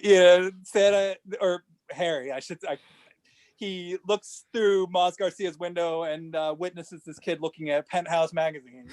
So what's Maz funny Garcia, too is what's funny too is when he's looking at, he cut it out, like not just like cut out a page. He like did like a fucking hole cut out, so it was like a whole the shape of the lady instead of just a page like straight out the middle cut out. Exactly. Like this kid is pretty into the ladies, I'd say. And but unfortunately Harry witnesses this, so Maz Garcia makes it on the naughty list. Of course, there's also a lot of other things that Maz Garcia did as well to make it on the naughty list as well. He is a little brat. Yeah. He some of the things include throwing rocks at dogs, kicking over trash cans, having poor bodily hygiene, just various things like that, and so he kind of has it out for Maz Garcia, but anyway. So Harry, he also works at a toy factory, and he's kind of the line executive, from what I understand. And he's pretty much disgruntled at this point. He's not into the quality of toys that this factory is making. He feels like they're cheap. Oh yeah. No, keep. I'll go on, and I'll interject after. Yeah. What? Yeah. He feels like these toys are of cheap quality, that the people aren't putting any effort into the manufacturing of them, the construction of them. It's just like they're all just sort of like the same thing again and again. There's no variety to them. It's kind of, I think, was sort of what he was indicating. He was bitching and complaining about a bunch of different things, but that was sort of the main thing, And so, and of course, he has coworkers that take advantage of him. He has this one guy who gets him to work the line shift, which was the job he previously liked doing, and apparently has even talked about missing, which is sort of what enables this particular coworker to have him take his shift at this job. And then on his way out of the factory, he spots him at a bar saying, "Oh, I got that poor schmuck Harry to work for me tonight. Oh," and all this stuff. So he goes home and has a nervous breakdown from that. And I'll say my point too is that he seems to be like a high functioning, like a whatever crazy person, or because he's made his way up the ladder, obviously. Like he is in some managerial position at that toy factory, and so he has some function, but he's like, it's not like in the toy factory, he doesn't seem to be obsessed because of just the quality of toys in general. It's a more Christmas obsession still. Yeah. Well, yeah, no, that's the thing. Like he believes very, very strongly in the holiday and in Christmas, and like it stresses him out to see all these people around him treat it like it's just another fucking thing. Like it's like, oh, it's another opportunity to make money and all that stuff. It drives him nuts. He hates the consumerist aspect of it. And I think that's kind of ultimately what the title is sort of trying to indicate, is like, if and I know it's probably a stretch, but Christmas Evil, like to me, I mean, at least in my opinion, it's made pretty evident that Harry isn't an evil person. Exactly. I mean, he does evil things eventually, but I wouldn't say that the film was trying to make the audience feel like he was the evil one. I think that the title is supposed to be more of an indication of like of what the people around him are doing, you know, like they're kind of just using you know, the holiday as like as just another scheme, you know, whereas he actually believes very, very much in the truth and the spirit of it. So yeah, like they get that video message from their boss saying, you know, work harder, make as many toys as you can because we're giving them to charity. But you can tell it's fake. He's like in like a resort. You can see like palm trees and the ocean behind him, and it's so fake. He's like, yeah, just we're gonna go into overtime to, you know, for charity. But you can, you know, it's, oh no, he just wants us to make more money. yeah, it's like, you're worse than he is. That guy doesn't even know how to play the tune. You do. You just choose not to, you know? Yeah, he goes off about tunes a bunch. I wasn't really sure what the fuck he meant, but yeah. he says Yeah. it can you hear my tune? I can hear the tune. Yeah, I almost got it right. Yeah, because up until that point in the movie, like you said, he actually is like pretty functional. He's a pretty functional human being. He's managed to, I mean, obviously his what he does in the privacy of his own home is wrong. You know, I mean, I don't really think it's a appropriate thing to be looking at neighbors with binoculars, but you know, regardless, he's well-intentioned. He's not out to hurt anybody, you know? But at this point in the movie, basically, you know, it's like Taxi Driver and all those other movies. He snaps, falling down. oh yeah, actually that's another one this kind of reminded me of, was Falling Down. Yeah, me too. Yeah, and something else, but I don't remember. Anyway, so okay, so yeah, so then, you know, eventually he does, like, he calls his brother and says, listen, I can't make it, you know, I'm busy, I can't make it for the holiday. And his brother is, of course, a nervous wreck by this point, because his brother Harry just causes him so much stress and anxiety. He drives him nuts. His wife is actually very sympathetic to him, probably because, you know, she's not his brother. And she tells him, like, be easy on him this year, like, please, like, come on. And, you know, because it's clear that they've had a lot of conflicts in the past, you know. And then also his brother's kids seem to really love Harry as well, because they keep bringing him up and saying, oh, Harry told us that Santa's real, Harry this, Harry that. Actually, a lot of kids seem to like Harry, which I guess makes sense, because he is somewhat childlike. He doesn't really behave like an adult, really. You know, he tends to kind of be a little bit goofier, and he the first scene, he wakes up and he dances around the house dressed in like Santa Claus pajamas. So, I mean, or whatever they are, or elf pajamas. So anyway, but yeah, he snaps, and he dresses up like Santa Claus, and he even like he gets some spirit gum on his face and attaches a beard and dons the whole getup. And at first he actually kind of goes about his business more or less how he should be. I guess if he has to do this kind of thing. You know, he starts off delivering presents. He even delivers them to that children's hospital, you know, a bunch of them. And these are toys he stole from his company too. Yes. There's a scene of him stealing the toys. Yeah. And it's actually kind of a cool, like, it's kind of a neat little it's a neat little setup, you know, because like at this point, you know, really the only likable character in this movie is Harry. You know, so he steals the toys, he's giving them out, you know, he's actually doing the Santa Claus thing, he's being legit about it. And there's that banquet scene where he's meeting his boss, and then like a younger guy, one of the marketing execs or whatever, is, you know, telling him about this charity. And you know, Harry's all like, fuck you guys, you don't know what you're doing. Like, can we, you know, guarantee that every single kid has a toy? And the little smarmy, the young buck says, well, that's not my department. We don't know how many kids are in the hospital. So, Yeah. so he goes off on his boss and the kids, saying, "You guys fucking suck."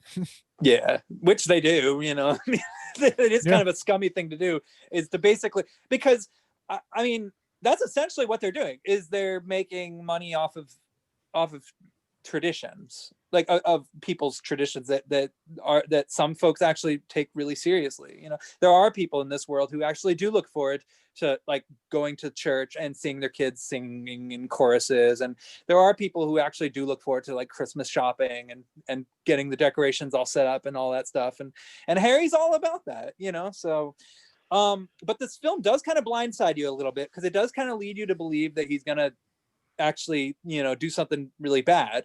And eventually he does, but the film sort of leads you to think that what he's going to do is going to be specifically like, he's going to target like Maz Garcia and like do something horrible. But instead he actually does, you know, something pretty harmless. He leaves him some coal and then flees. And it's like, okay. I mean, earlier in the movie, he hides out in the bush. yeah.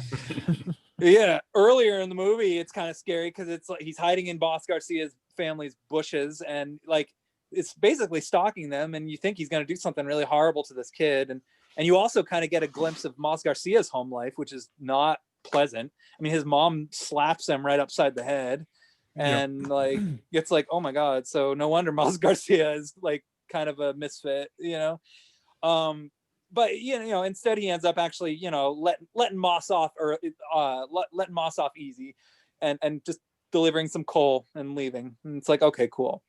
But then he ends up actually butchering. Who does he butcher? He butchers his coworker who oh, actually no, before that he actually goes to the church, like the church that one business executive is at. And I don't think he ends up killing him, but he does end up killing a couple other people. Yeah. You know, he just sort of slices them up, and it's like, what the fuck, you know. I know he axes one of them in the head. He gouges out another one of their eyes, you know. Another eye gouging. Yeah. It's just like, whoa, you know. That was probably the gnarliest scene in the movie, is when he just starts he's like slaughters 2 or 3 people like right outside the church, you know. Yep. Instantly out of nowhere. Yeah. But then after that, he goes to a Christmas party and kind of jams with them for a while. He dances around with some little girls, and like it's pretty funny actually. Like, you know, this movie does have like a very slightly dark sense of wit, you know, that it doesn't show it too often, but it glimmers here and there, you know. But then he goes back to you know, massacre mode, and he ends up killing his coworker who traded his job, or had him take his shift. So at this point, you know, not only are the police on Santa's tail, but so are the townsfolk. And that kind of leads to, well, okay, first he does like meet up with his brother, and his brother does discover, you know, oh, you were the guy that's killing all these people. And so his brother tries to strangle him, which is like a really like dysfunctional family moment. You know, it's pretty tragic. So at this point, there is there is one. I think, is that before the mob is after, like before the mob starts? Is that after he goes to his brother? Or, I think it's like, after, yeah. So after the mob's after him, yeah. Yeah. So I like, what I thought was interesting too about that mob is that he ran into a bunch of kids too, that and then their parents like turned the corner, like, oh, because at this point everyone knows that there's a Santa killing around, and yes, like, oh shit, that's yeah. him, that's Yeah. him. So they're Yeah. all one of the parents is like whips out a knife and is trying to defend him, and the other one's like, stop, he's gonna fucking hurt the kids. Yeah. The Oh kids, yeah. so the parents fucking start, you know, going after him actually, but the kids fucking defend the Santa and he gets away. Yeah, which I thought was actually like, that was an interesting sort of series of events, because like at the end, like it totally goes all Frankenstein. You know, you have the mob with the pitchforks, and they're ready to kill this guy. I mean, they literal torchlights fucking yeah, mob through the town. and it ends up being the children who save his life, because the children believe that he's, you know, the real Santa Claus, and of course they have no reason to feel otherwise, because he was the one who gave them presents. He was the one who, you know, was like nice to them. And so it's kind of like a conflict of interest basically at this point, because you have the kids who believe in Santa Claus, but you have the parents who know well enough to know that Santa Claus doesn't exist, and they just want to kill this guy. So he's out of options. So then he gets into his van, and this is the part that I wasn't sure how you would react, Nick. This is the part I wanted to kind of have a discussion about, was the ending. Okay. So do you want to say the ending, or do you want me to? No, you can go. Not because I'm Okay. not sure what you mean. yet. Okay. All right. So this movie, I love this movie's ending. I really do. Because basically what ends up happening, because yeah, like obviously he sucks. Obviously he's, like killing people, and it's not good, but at the same time, like you understand like that he was well-intentioned. You understand like why he went ballistic. Because this movie is essentially a character study, and it's made clear that he's a very disturbed individual, despite the fact that he actually does care about the holiday and cares about the children and all this stuff. And so like really at this point in the movie, he's pretty much doomed, realistically speaking. But then his van, which has a really colorful sled painted on the side of it, ends up flying in the air, taking off, to the moon. And it's like he becomes Santa Claus for real. And then the movie cuts to black and it ends. And up until that point in the movie, like the film, even though a lot of the film was from his perspective, like for example, the opening scene with Santa Claus, and because it's supposed to be sort of his interpretation of the event of Santa Claus coming down the chimney and stuff like that. He does live in a fantasy world ultimately. So the end could mean that he drove himself off a cliff or off the bridge and died, or it could mean that the magic that he believed in was real all along, and that he took off like the actual Santa Claus. So really the ending of the movie kind of depends on how you feel about the holiday and about Christmas, and whether you want Harry to succeed or not. I just feel like it couldn't have ended better. Like, Okay. an ambiguous ending was the way to go, because Yeah. any other ending would have sucked, I feel like. Mhm. I see what you mean then. Yeah. Yeah. I mean, I didn't really think that much into it. I thought he just drove off the edge and died. Yeah. I just thought it was a little, imagination type shots. But Yeah. yeah, I just thought he died. I don't know.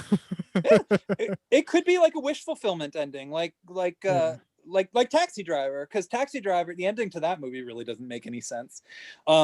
Spoilers for Taxi Driver, I guess, if you haven't seen it. That movie ended with him basically massacring that girl's pimp and all of his customers, and then he's like basically bleeding to death, and then suddenly out of nowhere, like a month later, not only has his whole hair grown back, but this young girl's parents are wrote him a letter thanking him for saving their daughter's life. And then the lady earlier on in the movie that he was stalking and almost killed a politician for, and who brought to an adult film on their first date, somehow manages to forgive him and spark interest in him again, which realistically speaking, that's not the way that would ever happen in real life. In reality, Travis Bickle more than likely was shot to death and bled out, and that the last 5 minutes of Taxi Driver were just a fantasy. So really, this movie has a number of different parallels to Taxi Driver. Yeah. so I could see that. Yeah. I don't know. What do you think, Zach? Yeah. I enjoyed it. Yeah. As far as the ending goes, I also think he just died. Yeah. Realistic. Yeah. There's a very similar ending to that Horse Girl movie that just came out with Alison Brie. Yeah. Which is good. You should check it out, by the way. I've wanted to see that one actually. Yeah, me too, actually. But I actually watched this Christmas Evil back in like June or July. Yeah. And I didn't like it first time I watched it because I thought it was going to be a straight up slasher. Yeah. But the second watch, I loved it. Like Excellent. now that I knew what I was in for, I enjoyed it a hell of a lot more. Yeah, that makes sense. Yeah, like I think it, you know, it's a pretty interesting character study, I think, you know, considering that it's you know, that it's about Christmas. And I mean, I would call it a horror movie, but only like not so much in the fact that it's like scary, but more in the fact that it's about like something, like it's about horrific ideas. So but yeah, so upon rewatching it, you kind of gained like a little bit of a greater sort of appreciation for what it was going for. And Yeah. Excellent. I guess overall I'd give it a 3.5. Yeah. Okay. Cool. Yeah, I would give it I'd give it a 4 because I actually really like this movie a lot, and I've watched it several times. And yeah, I don't know, for me, like I'm into odd sort of holiday films that just, you know, may not necessarily necessarily like be good for one's comfort level, but I don't know, but you know me, I mean, I'm into films that kind of push certain kinds of boundaries and sort of put you in a weird headspace. So for me, this is like my kind of holiday movie, I guess. So. Yeah, I mean, I liked it as well. I thought it was pretty interesting. Definitely a little good character study on a mentally disturbed individual. Yeah. Someone who thought he was Santa. Yeah. Yeah, and I'd give it a 3. It was definitely a good watch. Little, I mean, Good. not the fastest movie, but it's definitely not one you necessarily need to have fast paced with. Yeah, no, I'm really glad you liked it, because a lot of times I'll recommend this movie to people and they'll watch it and be like, "Oh, like why did you recommend that one to me? Like that's ugh," you know? Like I feel like this movie sort of it's definitely not for everybody, you know. So Oh yeah. yeah. But I don't know. Do either of you have anything else that you want to kind of mention, or does that pretty much cover it? I got nothing. Got a couple little quick lines or something. Let's see. Okay.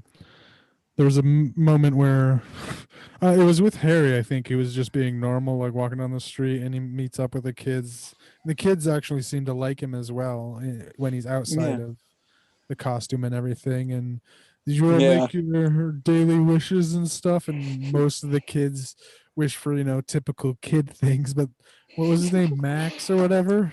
Maz Garcia. Yeah.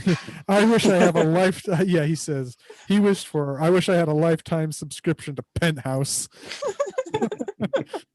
Yeah, and then he stares at him like with the dead stare. Yeah. So this movie basically switches between him being a good Santa, delivering gifts, and killing people. Yeah. And one of the first scenes of him trying to deliver gifts was him actually going into a chimney, but he couldn't fit. Oh, yeah. Like he had to like lift his leg over the chimney and shit. And it was like a 5-10 minute scene of him climbing in, getting stuck, and having to fucking crawl out like a fucking idiot. I know that was a little funny, nice scene. Yeah, there was some good humor. I also thought there was actor... another humorous one was the Santa lineup that they had during. I thought that was pretty funny. There was like that was Santa awesome. Lineup, a bunch of Santas in and did like a police lineup. Yeah, they were all pissed off because they were going to be late for their job at the mall. Yeah. Which actually, one thing I didn't realize until this rewatch, because I decided, I'll look it up. The guy who plays the main character, and I know I wrote down his name, but I can't find it. He's Fiona Apple's dad. Oh, really? Yeah, it's kind of weird. Like I had no clue. Go figure, yeah. But I thought he did a pretty good job in this. You know, he's pretty likable. So. Oh, and then one thing about that final scene too that was just pretty cheap. Yeah. Like, so the brother was the brother. So how the final scene happened was the brother, choked him out, put him in the car. He woke up and drove off, Mm. and then the brother was also chasing him down, and I forget how, if it was on foot or not, but like, when the brother like fell down the embankment to like where he drove off the bridge, and it was Yeah. completely shittily done. Like, you could tell it was just white sheets, like, because you could see like the sheets like crinkling up as he was like falling down the hill, and it was just like uncovering what was underneath the sheet. I was like, It's so funny because I always remember the sight of him flying into the sky, but I'd always forget that his brother was in that scene and it's because that part is so cheap, like so poorly done, that I always forget that moment. Like, yeah, there's that. And then I also thought, and then when he actually flew off, it was a toy. It was a toy who didn't even try to, like, it just looked like not even a good quality like movie prop toy. It was like a Hot Wheels. They fucking flew through the air into the moon. that was great. That was so funny, Yeah. And also, like, some of the shots from inside of the van where he's like hitting the radio and like all that stuff, like it was pretty creepy because as it went along, like he like became increasingly like more and more agitated, and it's just sort of, it was some good tension building, I felt like, because you just know that he's just like basically just a train wreck of a human being at this point. And when he goes to that office party and he's like dancing around with all those people and stuff like that, it's pretty, like, it's unsettling to kind of think about the fact that he just murdered a couple people outside of a church, and now he's dancing with all these people, and it just sort of like, I don't know, just kind of gets you thinking about like sort of the weird shit that like crazy people do when nobody's watching. It's just, I don't know. So, but anyway, speaking of crazy people though, should we go on to our next movie or our final one? Yeah. Mm-hmm. Yeah. Okay. So this one was your choice, Zach. Yeah. So I picked Dial Code Santa Claus, or this one has 4 other names. Yeah. Also known as Deadly Games, 3615 Code Pierre Noel, Game Over, or Hide and Freak. Yeah, I think Deadly Games is probably the most accurate title. So of the 4, I feel like that one kind of just fits. But I don't know, the dial code thing sort of fits into it too. So I don't know. But anyway, go on.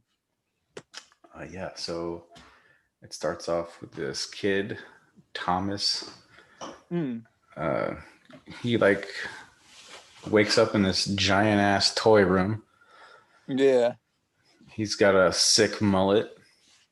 Oh yeah. Yeah, he does. Yeah. No, that mullet was awesome.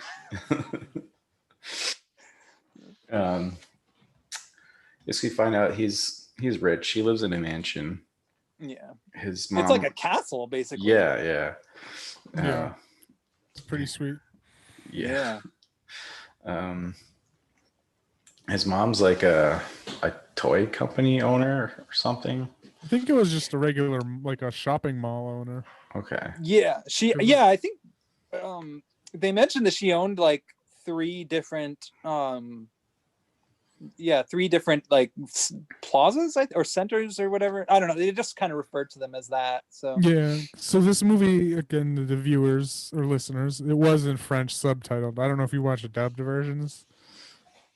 Oh, I watched it in its original language. In me French, too. So Yeah. yeah. I may have missed. I thought I was like missing a line or two on how they got that rich, because they were fucking in they were in a goddamn castle. They lived in a castle. It was just a mom, a kid, and their grandpa. Yeah. So I thought maybe they had like the dad had an inheritance, but she seemed like a pretty high up in the mall world. that was it, actually, because like not only did she own these centers, but yeah, like the father, because at the beginning of the movie, like when they introduce him, he's like pretty much just, he's got like this whole tricked out setup, and he dons the Rambo gear and is like doing all that stuff, and he's got like he's got pretty much an entire sort of layout, all like it's almost like it's almost like a, what do you call it, like a routine of his. Almost, he has like tape players that have like gunshot sounds and war sounds and stuff like that, and he's got like trap doors and sort of little like sort of like shortcuts and detours and all these crazy toys that he uses, like grenades and all this stuff. And at first it's like, oh my god, like this kid is like, my first thought is this kid is scary as hell, like terrorizing his dog. Yeah, I didn't like when he trapped him in that trap hole. No, that dog looked terrified. Yeah, that was not cool.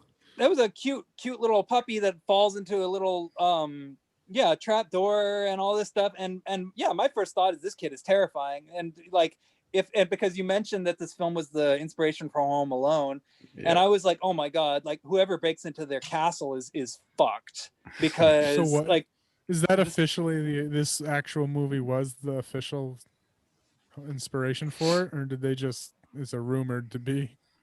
It's rumors, maybe. I mean, I looked it up. I could totally see it, but it was Home Alone's way more sanitized. Yeah, apparently the filmmakers of this tried to like sue the makers of Home Alone for plagiarism. They sort of because I did read about it, and they did express like sort of frustration over the fact that, I mean, they felt that Home Alone sort of ripped some elements of this movie off, and I don't think they ever like got as far as like pursuing a lawsuit, but it was something they sort of thought about, I think. Like, and I mean, I could sort of see, in a way. I mean, it's a little. Well, we'll get into it later, but for me, in the first like 20 minutes or whatever, when it's setting it up, I could totally. I was like, oh, because I remember you mentioned it when you chose it. It was. And I was like, oh, he like has a like a wrist, like a power glove thing that's all high tech. Oh yeah, has all these traps set up. So I was like, oh, okay, I could see how this is could have been the inspiration or a remake. But well, yeah, that's as the movie thing. Goes along, I was like, how the fuck did they even think they would try to do this? I mean, he has like a whole like home surveillance system operated in his wrist. Yeah, on like a wristwatch. So he's a boy genius, basically. Yes, that is proven throughout the film that he is a smart cookie. Yeah. So like as soon as you meet him, like, like he's war obsessed, but then you find out that his father is dead, and that he still like really strongly believes in Santa Claus. And so it's like, oh, okay, all right, now I get it. Like at first I thought, oh, he's just a psycho, but once you kind of find that out, it's like, all right, so there's some deep stuff going on with them, so it's understandable. So, yeah. Anyway, so go on. Oh yeah, so after he's like done chasing his dog around the house, we learn about the whole family dynamic after that. Yeah. Got the grandfather that they're taking care of, which he brings into his games and stuff afterwards. Yeah, because his grandfather has like diabetes, I think is what it was. I think so. Yeah. At least, yeah. They had a beautiful sort of relationship, though. So. Yep. So his mom kind of leaves him there after breakfast and goes to work. So they're home alone, I guess. Mm-hmm. Pretty much, yeah. After that, yeah. They're home alone the rest of the movie, sort of. Yeah. And then like it cuts to the villain, I guess, which I don't really understand if he was like just jobless or homeless or whatever. Oh, I think he was. I think he was just crazy. I mean, he was clearly like mentally like screwed up. I mean, at the beginning of the movie, it's not really made clear like how screwed up he is. At the beginning of the film, he's because he's homeless, I believe, because it doesn't say anything about him having a home, and he looks like a homeless guy. I mean, his clothes look like crap, and he's got messy beard and dust and soot all over him and stuff. But at the very beginning of the movie, he sees like a group of kids having a snowball fight, and he like starts like joining in and throwing snowballs at them, and then they're like, who the hell is this guy? Like, let's get the hell away. Like, and so they all run away. Yep. And so then he's kind of standing there looking all like lonely and stuff. So whatever his issue is, he's got like some serious problems with children, basically. And you kind of learn sort of more or less the extent of that pretty quickly, because so like, because this kid is trying to kind of communicate with Santa, basically. But yeah, you can explain that part if you want. Yeah, it gets to like, it's like a Santa hotline basically, but on the internet. Yeah, which, like, I'm sorry for interrupting again. No, but, go like, ahead. It's a movie from the late 80s, and it's about the dangers of internet predators, which, so this is pretty ahead of its time. Yeah. Yeah, I was saying that too. Yeah. I was thinking that just because of the fucking arm machine thing. Yeah. Yeah, which I guess it makes sense too, since it is French, and like French like cinema, they are known for like having these films that are really in tune with just sort of like the sort of like more realistic dark side of childhood, you know, like France. I mean, the movie the 400 Blows is a French movie. It's considered one of the best movies ever made, and that movie was made like 60 years before Welcome to the Dollhouse. So yeah. But anyway, go on. Yeah, so he's on this website, like chatting with Santa, or who he thinks is Santa, but it's this crazy guy at like a mall kiosk or something. Yeah, it's a Minitel operating system, which is basically what the French equivalent of what the internet was in the late 80s. You know, it was very localized and mostly text-based too. So yeah. I guess like he eventually tries out for Santa at his mom's work. Yeah. Oh, well, actually, wait, before you go on, like, because while he's chatting with Santa on the internet, or the homeless guy who's pretending to be Santa, he asks the kid what his address is, and the kid is like, you're Santa, you should know what my address is. Like, what do you even, like, what's wrong with you, dude? Like, just talk to my mom, you know, she works here. So this kid sort of inadvertently kind of gives away information about himself, and right before he's about to like respond to the kid, because I guess it was like one of those coin slot machines that only gives you like a certain amount of time to chat. And of course he runs out of time and he can't get any change in the machine in time. And so he goes ballistic and starts smashing the machine. So I was like, okay, yeah, this is not good. Anyway, sorry, go on. No. So yeah, he finds out where his mom works. That's how he goes and gets the Santa job. That all happens at once, or does it keep cutting back and forth? It cuts back and forth between like the Santa like getting this job at this plaza, and then it cuts to like the kid sort of setting up his operating system, and at one point he's like repairing a car or doing some kind of car maintenance, which actually it does come into play later. Hanging out with his gramps. Yeah. Mostly it's just a lot of character development. And actually I was surprised because like I thought, like, based on like the first, like the way this movie began, I thought that it was going to be kind of like a kid's movie, like Home Alone or something like that. Yeah, that's what I thought too. The first 20 minutes or so. Yeah. So you have that going on. Well, he's being Santa, and then he gets this girl that comes up to him. And this was fun.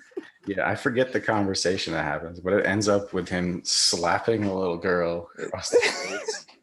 Yeah, like she says you're not the real Santa, or no, wait, I think she calls him ugly or something like that. Yeah, and it was does just she like pull his beard off too, or just? I think so, yeah. And like, if a kid is like calling you ugly, like you don't take it personally. You don't slug them in the face. Like you have to be like really, really sensitive to get offended by a kid calling you ugly. Like, yep. Oh well. Anyway. Yeah. So the kid's mom Gets to the kid, fires the guy. Mm. So when he goes to bring his costume and stuff in, he hears someone on the phone. Yeah, he eavesdrops and finds out basically like that this person is going to deliver these gifts to the caretakers. Yeah. And then the caretaker's gonna take these gifts and bring them to 3615 Code Perry Noel, which is the address, hence the title. So yeah, so and it's a van full of shit. Like this kid's they're loaded. yeah, Oh this yeah, kid, they're fucking loaded. yeah, this kid's ready to have an awesome Christmas, like for real, you know. So Yeah, so he gets in the van, then gets to the house. He hops out, kills the driver, yeah, kills and the guards, the caretakers. caretakers. Yeah.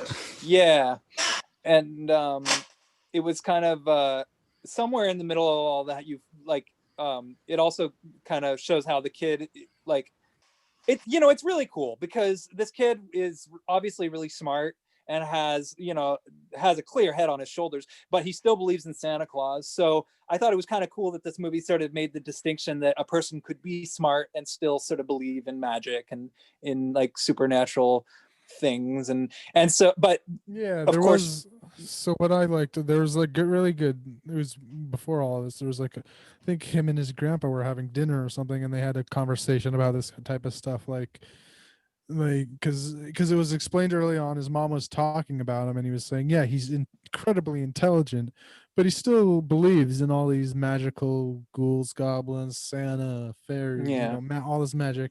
And there's a conversation between the grandpa and the kid, and they were like saying, the kid was calling out history. He was like saying, I don't believe history. I don't believe that happened. I don't believe this war happened, or that I don't yeah, believe Napoleon existed. And the grandpa was like, well, there's evidence, there's proof, there's books or yeah, whatnot. But he was like, so I don't believe it. Do you have proof? And he's like, no. mm. And then and the grandpa retorts back, but he's like, well, you believe in aliens, right? And he's like, yes, of course. Is there proof Yeah, of that? yeah. No. I mean, it's like it's interesting because it's not very often that like films sort of delve into those kinds of things, like when it comes to like what a child's perspective is on sort of like practical matters.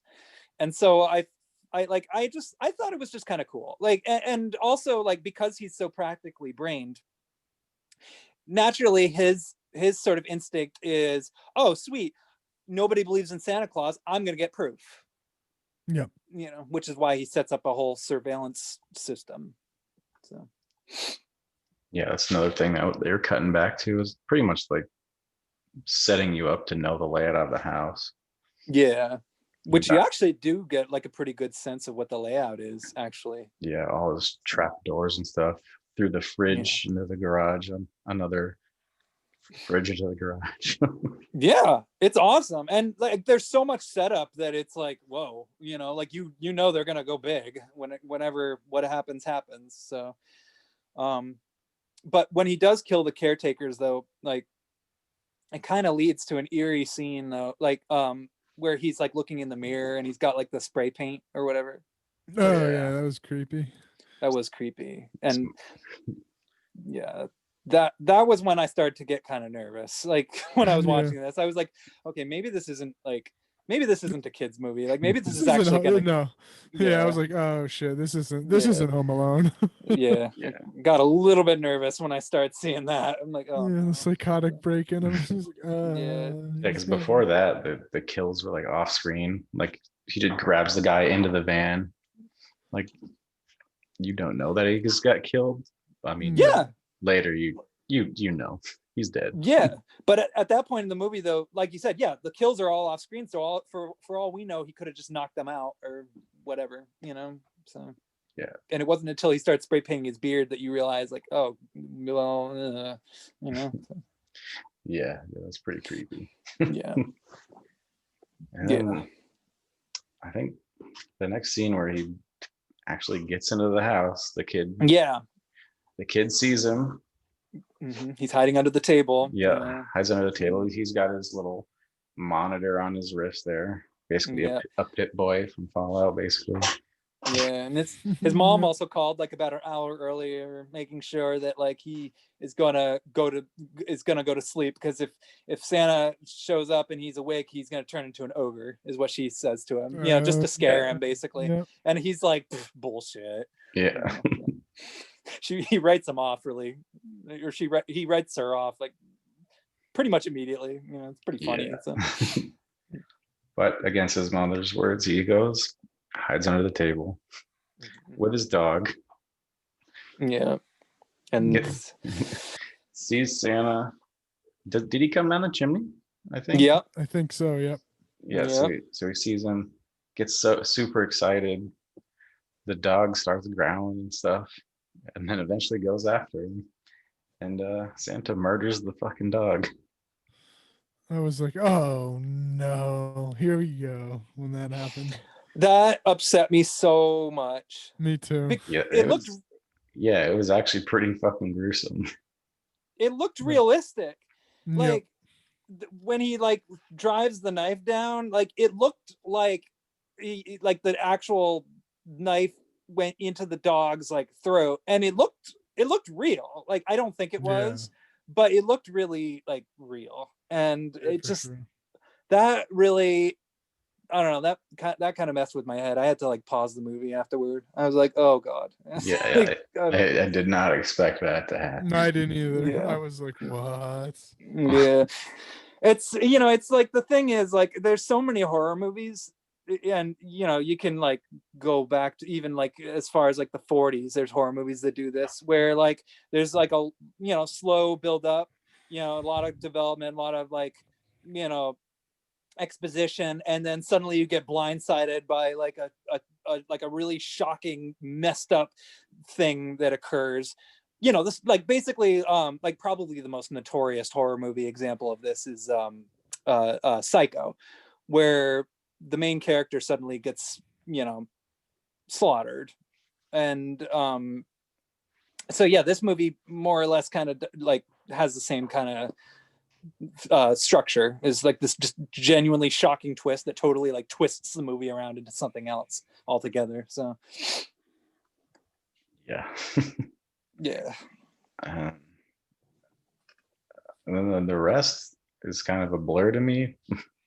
Oh yeah, it's basically like just cat and mouse the rest of the movie with his traps. Yeah, like that. It's the Home Alone but with higher stakes. Yeah. So basically, all right. So yeah, it is basically a giant cat and mouse game. It's like the kid goes to the vehicle to try and get it to start, but there's no gas in it. And so then they flee, then they hide somewhere else.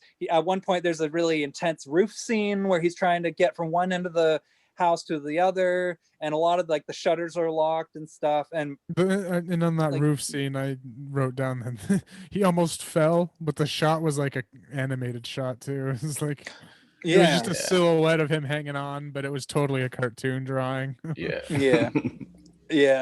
Which you could sort of tell that this movie had a pretty low budget, but they made good use of it. Like there was some pretty good use of like miniatures, and I love the camera work in it. But and as much as a badass as he was like when he was on the roof, he was like crying for his mommy.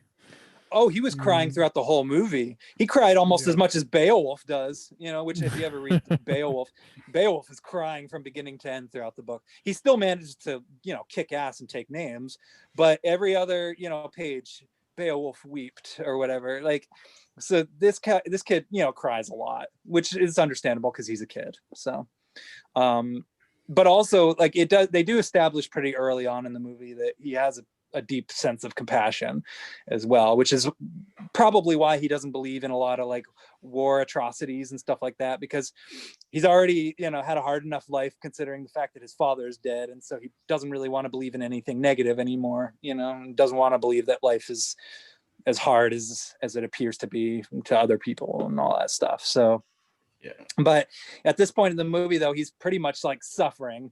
like throughout, and this kid kind of gets like pummeled, because throughout the whole film, like it's weird because like you think Home Alone, you think this kid's gonna like fuck this guy up, but in reality he actually doesn't really want to kill Santa Claus, and he kind of just constantly stops short of actually killing him. He'll go so far as to maim him, but then he'll run away. So Yeah. Yep. And then at some point, the grandfather needs his medicine. yeah, the insulin. He's hiding in a suit of armor they own. They hid him in a suit of armor. Yeah. Yeah. After coming out of hiding in his hidden toy room, which was like half the size of the house, by the way. Yeah, and it was hidden behind like that fridge, into like a secret hallway into a giant ass toy room. Yeah. Oh my That God, apparently only he and his dad knew about. Like his dad showed him it, and only him and his dad. Like his mom, none of the caretakers or anything knew about it except for him. that room was like another planet. Yeah. Yeah. Looked like an old like gymnasium just got hidden somehow. Yeah, it's like as big as my barn. There was like a bridge in it too. Yeah. Yeah. Like it wasn't. It was like a foot off the ground, but it was like one of those wooden bridges you see like go over a valley in like a fantasy movie that they're slowly creeping on. But it was just like a foot off the ground in the middle of the room. There's like a whole ass plane in there. Yeah. I mean, and also there's Wow, some like there's also kind of a sub thing going on where like you learn that the grandfather's eyesight is really poor, and so at one point like the crazy guy actually does break into this room, and the grandfather at first can't really see him or can't really tell whether it's him or not, and mistakes it for the boy, and then it's like because the kid leaves because he's just trying to get he needs to go get a message out for help. Mm-hmm. And the grandpa's like, no, never. But he's like, but I got my armband, man. And the grandpa's like, oh, okay, fine. Go out and face this fucking psycho. Yeah, I mean, because at first it makes sense because he does have a good sense of the layout of the house because he's got the surveillance system, so he can see where the homeless guy is. But then the homeless guy spots the cameras and starts smashing him. So it's like almost immediately. Yeah. I mean, and also I also feel if both of them stayed in that room, they wouldn't have gotten caught, because the only way the killer found that room was the grandpa was blind, fucking around, couldn't see shit, and like tripped over something, and the killer heard him. Yeah. So if they chilled him there, the parents, police, all would have arrived before the killer would have found him in that room. Yeah, I mean that was what was really like tense about the movie to me, is like because this kid is obviously trying to like get control of this situation, but the homeless guy constantly is one-upping him at every turn, and like throughout the course of it, it's like you really don't quite know what this guy is truly capable of, because he actually is like pretty dangerous. Every obstacle like that comes into play ultimately. I mean, there'll be like scenes where where like they think that they got away, but it turns out he like manages to intercept them somehow or catch up with them somehow, or find like the some kid like locks shortcut. him in. The kid locks him in like another walk-in fucking oven.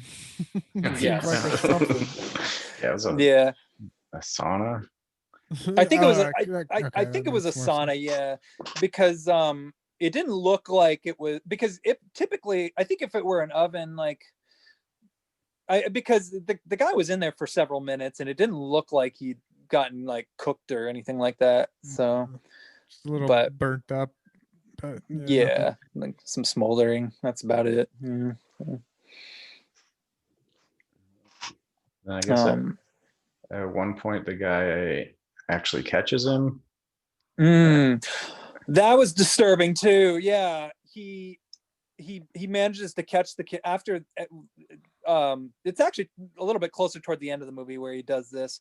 And at this point, there have been a couple people that have shown up at the house, and one of them was the kid's friend, who ends up pretty much just running away, bolting, ends up being useless. It's just a scared kid, and that's it, and then because the main kid actually, because the phone lines are cut, so the main kid somehow sends faxes through even though phone lines were cut. Yeah. You know, a little bit of a plot hole, but because Mhm. fax goes through phone lines, but he sends a Yeah. fax to his friend and to his mother's boyfriend. I think that's who it's that was. because he had a separate sort of. I think he had a separate service going on because that Okay. room. Because they were saying at the beginning of the movie. Because I was wondering, like, what the hell is with all this exposition, and I do distinctly like recall him saying, like, isn't there going to be interference with the main house? And he said, oh no, this isn't a part of that, or something like that. Yeah, and then they I had can't remember exactly. the separate phone in his mom's office that she Yeah, called. yeah, that too. Like, so Oh yeah. yeah, so I guess And the also he fucking he fucking locked the whole house down on accident. Mm, Like there was that scene where that Santa was slow motion running to him, and he yeah, was freaking out, just pressing buttons because he was trying to trap him in the dog trap that he got the dog in earlier. But yeah, he messed up, locked the entire house down, and then did get Santa trapped for a few minutes. But eventually he smashed it, so he had to go and sneak and unlock it manually. yeah, This kid was smart. He like had rigged up his whole house with high-tech security systems, like straight up fucking, gates locking down the fucking all doors and windows. yeah. It was awesome. I mean, it's cool to see like a character who actually like can hold his own in that sense, but as you were, and then I think at some point a police officer shows up and he ends up getting decapitated, so it's like, yeah. But anyway, so yeah, he does catch the kid at some point and he says, haha, I found you, now I'm gonna go hide, and you try to find me, count to 20. Yeah. So like at that point it's like this guy doesn't want to just kill the kid, like he wants to like play with him, which is just, it's scary because like I said, like you don't know what he's capable of, you don't know what his intentions are, all you know is that at this point that it's bad and that it's violent, Mhm. and I think at one point he even cuts his leg, and so the kid has to like, I mean, that was early on too in the movie though. Oh, okay, yeah, because he was hobbling through most of the movie with that crutch, homemade crutch. yeah. This kid was in a lot of pain, and at one point he does try to, like, because he has to go to the caretakers, because he has an opportunity, like, okay, there's a cop car here, so he hotwires it, drives to the caretakers with the intention of of getting help, and he had to get he was getting the insulin there, I think. Oh, okay. Yeah, that makes sense. Yeah. Okay. Yeah. And he's radioing them and everything, and of course, turns out the guy is in the back seat. So he overpowers the kid, gets into a car accident. Actually, I think the mom also got into a car accident as well at one point. Yeah. She did, yep. Yeah, because she kind of she sort of finds out somewhat early on that something's not right.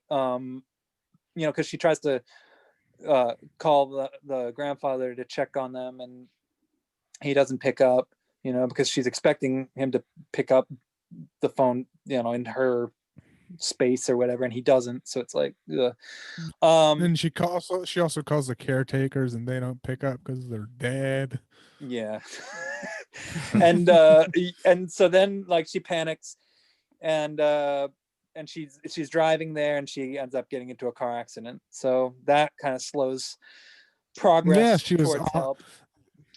She was on the phone. Mm-hmm. Put that phone down, lady. Focus on the road. Come on. You don't talk on a cell phone and drive, you idiot. Like, come on. Like, again, a cell phone in the mid to early 80s, mid or late 80s movie. Late 80s, 1989. It came out the year I was born, so yeah. 1989. 89. Okay, so yeah, there was some pretty high tech shit. Like, those phones being barely used in the mid 90s still. Yeah, no, France. I mean, they were on top of it back then, I guess. So. Yeah, well, The precursor to our what we're having today. Yeah. Accident deaths. Oh my God, yeah. And also I think the mom has a boyfriend, and he doesn't really do anything, so he's not really worth talking about. But he was there. He Yeah. was the one that got because he sent out 2 facts. Oh, the that's kid. right. He sent one out to his friend and one out to her boyfriend, and he came and Okay. helped. He came and helped to pull her out of the crash, and Yeah. they arrived. That's right. Okay, yeah, no, now I remember. Yeah, he's the one who actually gets the mom to jump into high gear and floor it to the castle. The Yep. castle keep. Yeah. Yeah. But anyway, so the homeless guy ends up overpowering the boy. What's his name? Thomas. Yeah. Yeah. So eventually, and so now the kid has no choice but to shoot Santa Claus, and so he does, and of course he's totally distraught over that, and all that. Oh, And yeah. it's actually, yeah, it's pretty heartbreaking, And then he gets to the house, and he rescues the grandfather just barely. It's another really intense scene because at that point in the movie, it's not looking good because the grandfather's been in there for like however long. He really needs his insulin shots, because he's having a serious low by that point. And for a few minutes, you kind of think he's dead, but eventually he starts breathing after he gets the shot.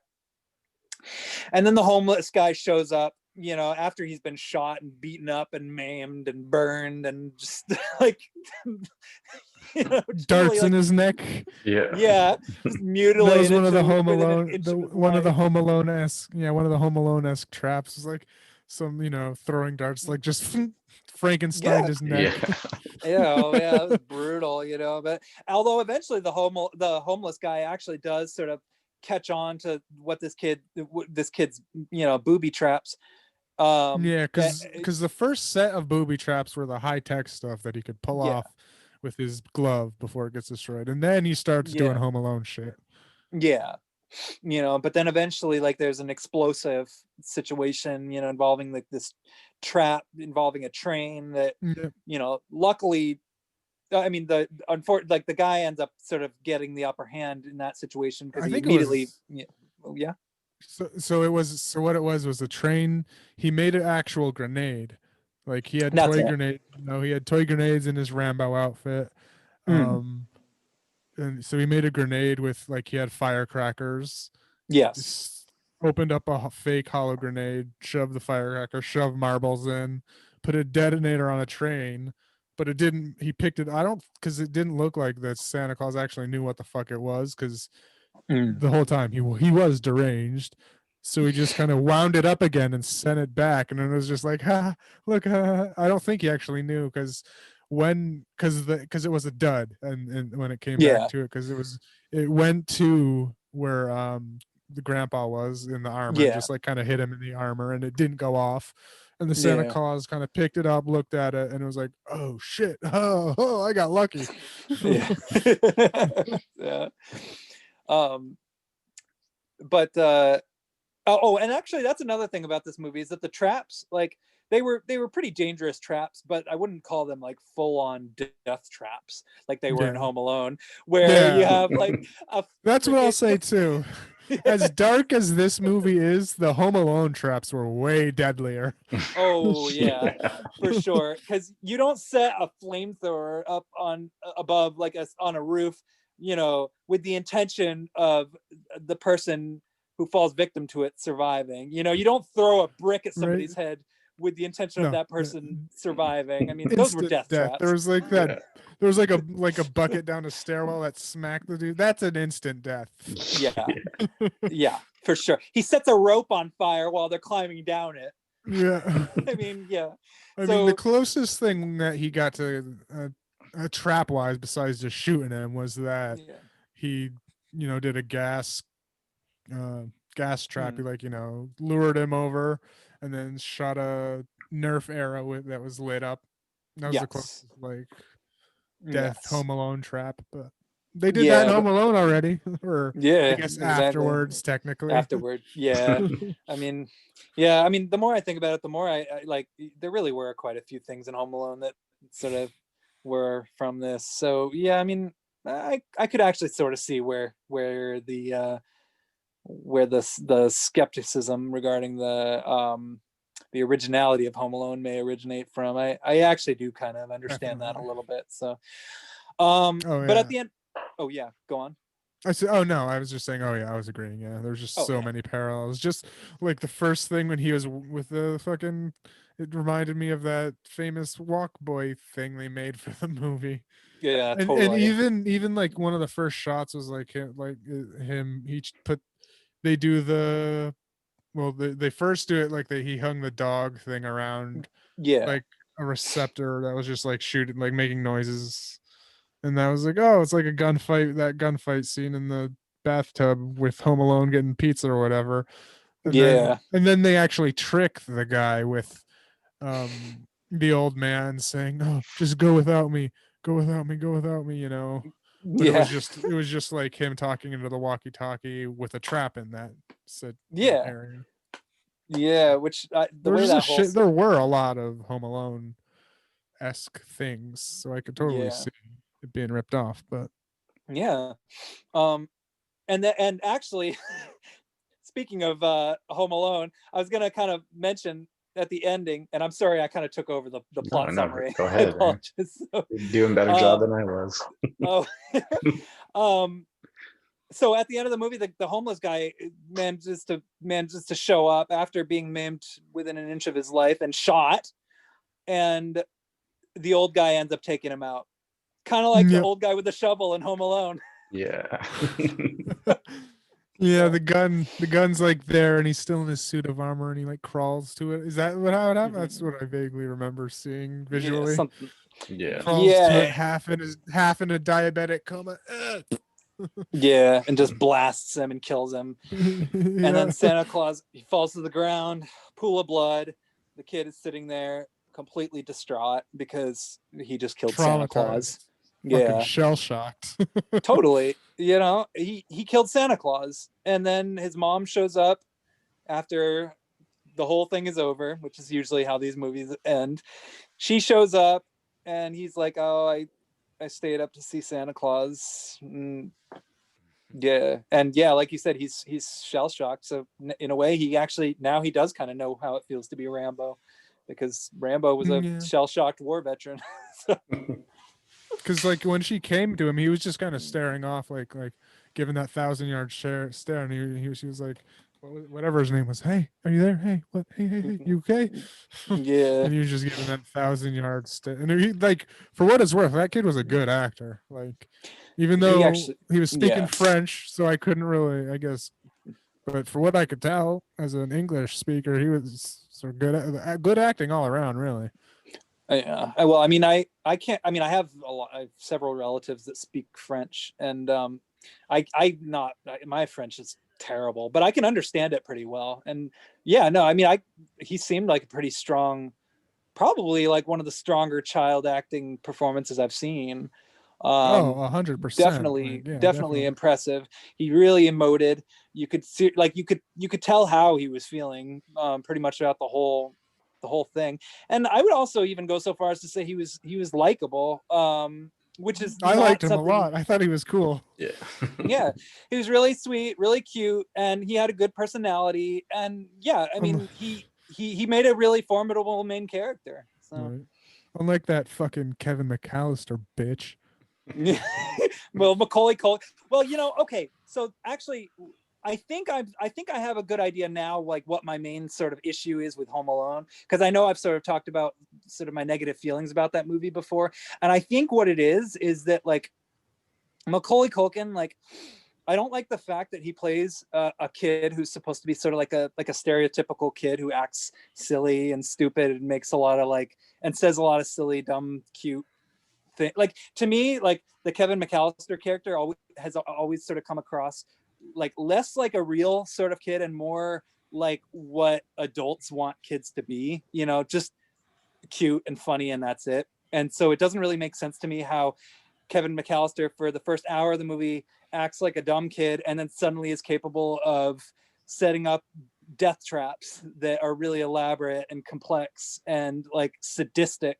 That whole idea has just sort of, it just feels like one extreme to the next. Whereas I feel like this movie sort of balanced out the two extremes a lot more. I felt like this kid was a much more realistic sort of interpretation of how a kid would act. Like, I'm not saying that the typical kid would be capable of setting up a full on like home security system, but I do know kids who do have like, expertise, and not only mechanical expertise, but digital expertise, who probably could be capable of doing something like that. And so I felt like this movie was much more grounded than Home Alone. So this kid was like smart the whole time, and then Kevin McAllister was just suddenly smart. Yeah. Kevin McAllister was kind of like a douche too. Yeah. A little brat, and this kid really wasn't. He was like cool. Yeah, he really was. And he had his own style, and like you said, the mullet was badass. Fuck yeah. And it's hard. It's really, really hard to pull off a mullet. It really, especially in the '80s, and somehow this kid managed to do it like pretty awesomely. So, yeah. Oh, and then also there was this movie. There's so much that happens in it, and it's only like 90 minutes long. And somehow in the middle of it, they also managed to have a montage, like an 80s style montage that didn't annoy the shit out of me. It had like really, he's like, it was actually a pretty emotional moment because, it's sort of like a brief little kind of 5 minutes sort of calm before the heavy duty storm where he sort of has a moment to bury his dog. And it's this really emotional. I actually cried a little bit because it's like, Jesus Christ, like that's overwhelming. Like the shot where he's carrying the dead dog in his arms and he's like weeping and the dog's tongue is hanging out and stuff. It's actually like pretty loaded image. And you got this really intense Bonnie Tyler song, which is like the most random, like that's the most random song like ever playing over this montage. And it's a Bonnie Tyler song I'd never even heard before, which was like, it was sort of a Christmas song, but the lyrics were about like how like in order to become a man you have to experience pain and all this stuff, and it was just like, it was a really like intense sort of thoughtful sequence. So yeah, anyway, so yeah. Do you have anything else you want to say about it? I enjoyed it overall. Yeah. I thought again it was a movie I thought was going to be different, but I still ended up liking it. Yeah. I gave it a 3. Yeah. Okay. Cool. What about you? I liked it. Yeah. I mean, sorry. Yeah, I did like it. Yeah. I mean, I think it was, better than Home Alone. I'll say it. Okay. Honestly, because just Kevin McAllister's a little prick. Yeah. Even though this was way darker and kids probably shouldn't. No, kids shouldn't see this, honestly. Probably not. I mean, maybe if you live in France and you're a kid. Yeah, like, if you're not an American. Yeah, if you're not don't American and you actually have a normal sense of what's like, we just have fucked up sense of like what we're allowed to expose our kids to, but like. Yeah, I think because there was some heavy shit in this for sure. Like, yeah, I don't think this movie's gonna go over too well with Western audiences overall. That dog scene alone. Yeah, I was like, oh fuck. And what was weird too was he was using like the murder weapon of choice was it wasn't a knife necessarily. It was like one of those cake cutters. Yeah. Cake and dole out. So it was like a dull, flimsy, like you can bend it with your hand kind of like thing that you see people just serving cakes with. So that was the weapon throughout the whole movie. Yeah, which those things can be pretty sharp. I've cut myself on them before. So. Oh really? Yeah. Yeah. Yeah, I liked it. Let's see if there's anything else. There was a cool maze in his house. It reminded me of The Shining a little bit, but inside, I forgot about that. It was that like, was cool. Why the fuck is there a maze in your house besides you're rich.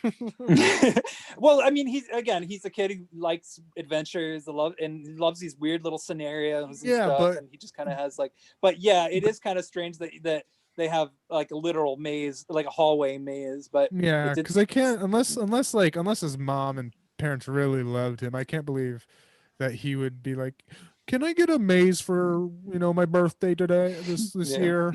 Built in our Yeah. house." So it's just also like, possible. Oh, so it's just like the people who built that mansion built a maze in it as well, because it I was was gonna like say- it was a hedge maze basically. I was gonna say it's possible that castle just came with a maze already, and that like whoever owned the castle before was just a weird guy who liked mazes or something. Yeah, It's possible, but it did. Regardless, it did make for a really cool set piece. So yeah. yeah. Yeah, that's about it then. I'd give it a 3 out of 5 as well. It's a pretty Yeah. cool one. I thought this movie was awesome. It was really disturbing. The scene with the dog really bothered me pretty tremendously. And it's not the first time we've seen movies where dogs get killed. I mean, we've seen so many movies on this podcast where it's happened. I think even in Santa's Sleigh, might have been a moment where a dog got killed. Yep, You know, in the First first scene. scene. Yeah. Okay. So there you go. Having said that, though, that scene was very effectively Scribbles, yeah, done. Scribbles, R.I.P. Scribbles. Yeah, Scribbles. The And scene then was this a very. one was Jr. was the name. Oh yeah, which Sorry for the interruptions, Jr. But Jr. I and like- Scribbles were the dogs. I like the fact that the dog's name was JR, because they had to actually like specifically say the name, because like the kid would be speaking French and he'd be like "Lele bon complice JR," and it was like. And like I think this was the first one I watched, and I was like, "Oh, another dog actor. He ain't got nothing on Twister." Oh no, that's one thing. Is Twister definitely was the better actor. So Oh yeah. yeah. I thought this movie was awesome though. There was really nothing about it that irked me or bothered me really. I'm sure there were probably little things here and there, but overall it was a hell of an experience. I would definitely watch it again. I would give it a 5 because I really loved it. And also like I think ultimately like the fact that it just sort of makes an interesting sort of companion piece to Home Alone, like the fact that Home Alone I would consider really more of like a fantasy, whereas this is much more down to earth just in its overall style and presentation. I really loved the sort of comparing the two and sort of just seeing something that's like this out there. And kudos, by the way, for actually managing to pick a movie that, like, in my opinion, was more disturbing than Christmas Evil. So, in fact, I would actually go so far as to say it's probably one of the most, at least again, in my opinion, one of the more disturbing films. I mean, obviously not as bad as like Body Melt or Ice Cream Man or anything like that, but certainly like one of the more disturbing films I think we've watched on this podcast from my perspective. So Yeah, I hadn't even heard of this one until Vinegar Syndrome put it out. yeah, no, I've never heard of this movie before. I literally didn't know this movie existed until like you mentioned it, like however week, like last week, whenever it was. I mean, just I didn't know it existed until this month. Yeah. So, yeah. And I'll bump So, my yeah. score up to a 4 as well. Yeah, cool, excellent. All right, It was that good. Nice. It was good. yeah, definitely, highly recommended. So, and with that, yeah, I guess that concludes this episode. Yeah. So now we got to pick our three choices for the next one, which we've kind of decided sort of beforehand, because we haven't really talked about trauma movies very much on this show. So now we're going to choose 3 trauma movies, I guess, as a way of celebrating New Year's. Yeah. So yeah. So you want to go first with your choices? Because I'm still kind of contemplating what mine is. So. I'll ask first because I just did a quick Google and I'm not, can't really. It doesn't on my phone too, so I couldn't really look through. Do you guys have a definite list of them? Because I think this is on the A list of trauma.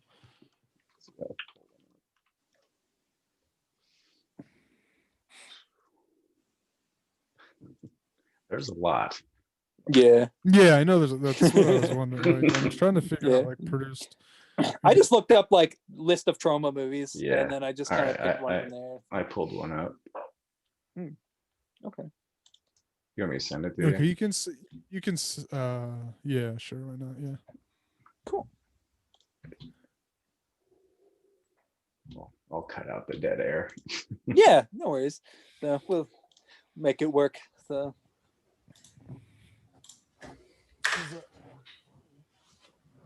The one I found, I don't know, doesn't seem too trauma-y, but like yeah, which one? it was on a list. Let me see if it's on here, and then I'll. Oh, shit, it's by year. No worries. I don't see it on here, on this list at least. All right. Cool. All right. Well, I don't know. Do you want to just go with Rabid Grannies then? I'll look through this list real quick, and you guys give yours. Okay. Cool. All right. So yeah. Do you want to say what yours is, or do you want me to just? Yeah, I can go. Okay. Mine is The Evolved Part 1, which there was no Part 2, by the way. All right. The Evolved Part 1. All right. Yeah, just read the summary and it sounds fucking crazy. But I also have a feeling it's going to be super shitty. Oh, well. I mean, there's probably more shitty trauma movies than there are good ones. So I'm okay with that. I'm ready for whatever dreck we're going to watch. So. Yeah. All right. Well, did you choose one, Nick, or do you want me to? Yeah, I think so. I think it is. So I'm on Okay. trauma.com. That is Okay. right. That should be there. Yeah. All right. So Death by Temptation. DEF. Right. Okay. That's Death another. by Temptation. That's another one Vinegar Syndrome puts out. Yep. Nice. Yeah. So it's DEF by like most deaf, but by temptation. Okay. Death by Temptation, and then the Evolved Part 1 was yours. All right. Or was it, I thought you said it was part 2, and there was no part 1. Part 1, there is no Part 2. Oh, okay. So what was it then? The Evolved Part 1. All right. And then I'm just gonna go with Rabid Grannies because I haven't watched it yet. And it's one I've heard about for like ever, and I just am like, may as well watch it. So also it's Belgium, so Okay. yeah. So all right, cool. So Rabid Grannies, Death by Temptation, and the Evolved Part 1 are our three choices. Already looks shitty. The Evolved. It's shot on video.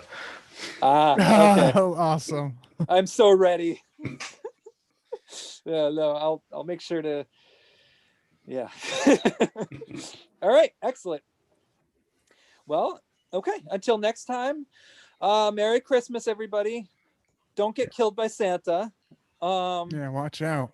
Yeah, and also like don't talk to strangers over the internet. Unless you're smart enough to not get kidnapped. Yeah, set traps. Yeah, unless you're smart. That. And yeah, I guess that's it. So. Yeah, and go fuck yourself. All right, peace. See ya.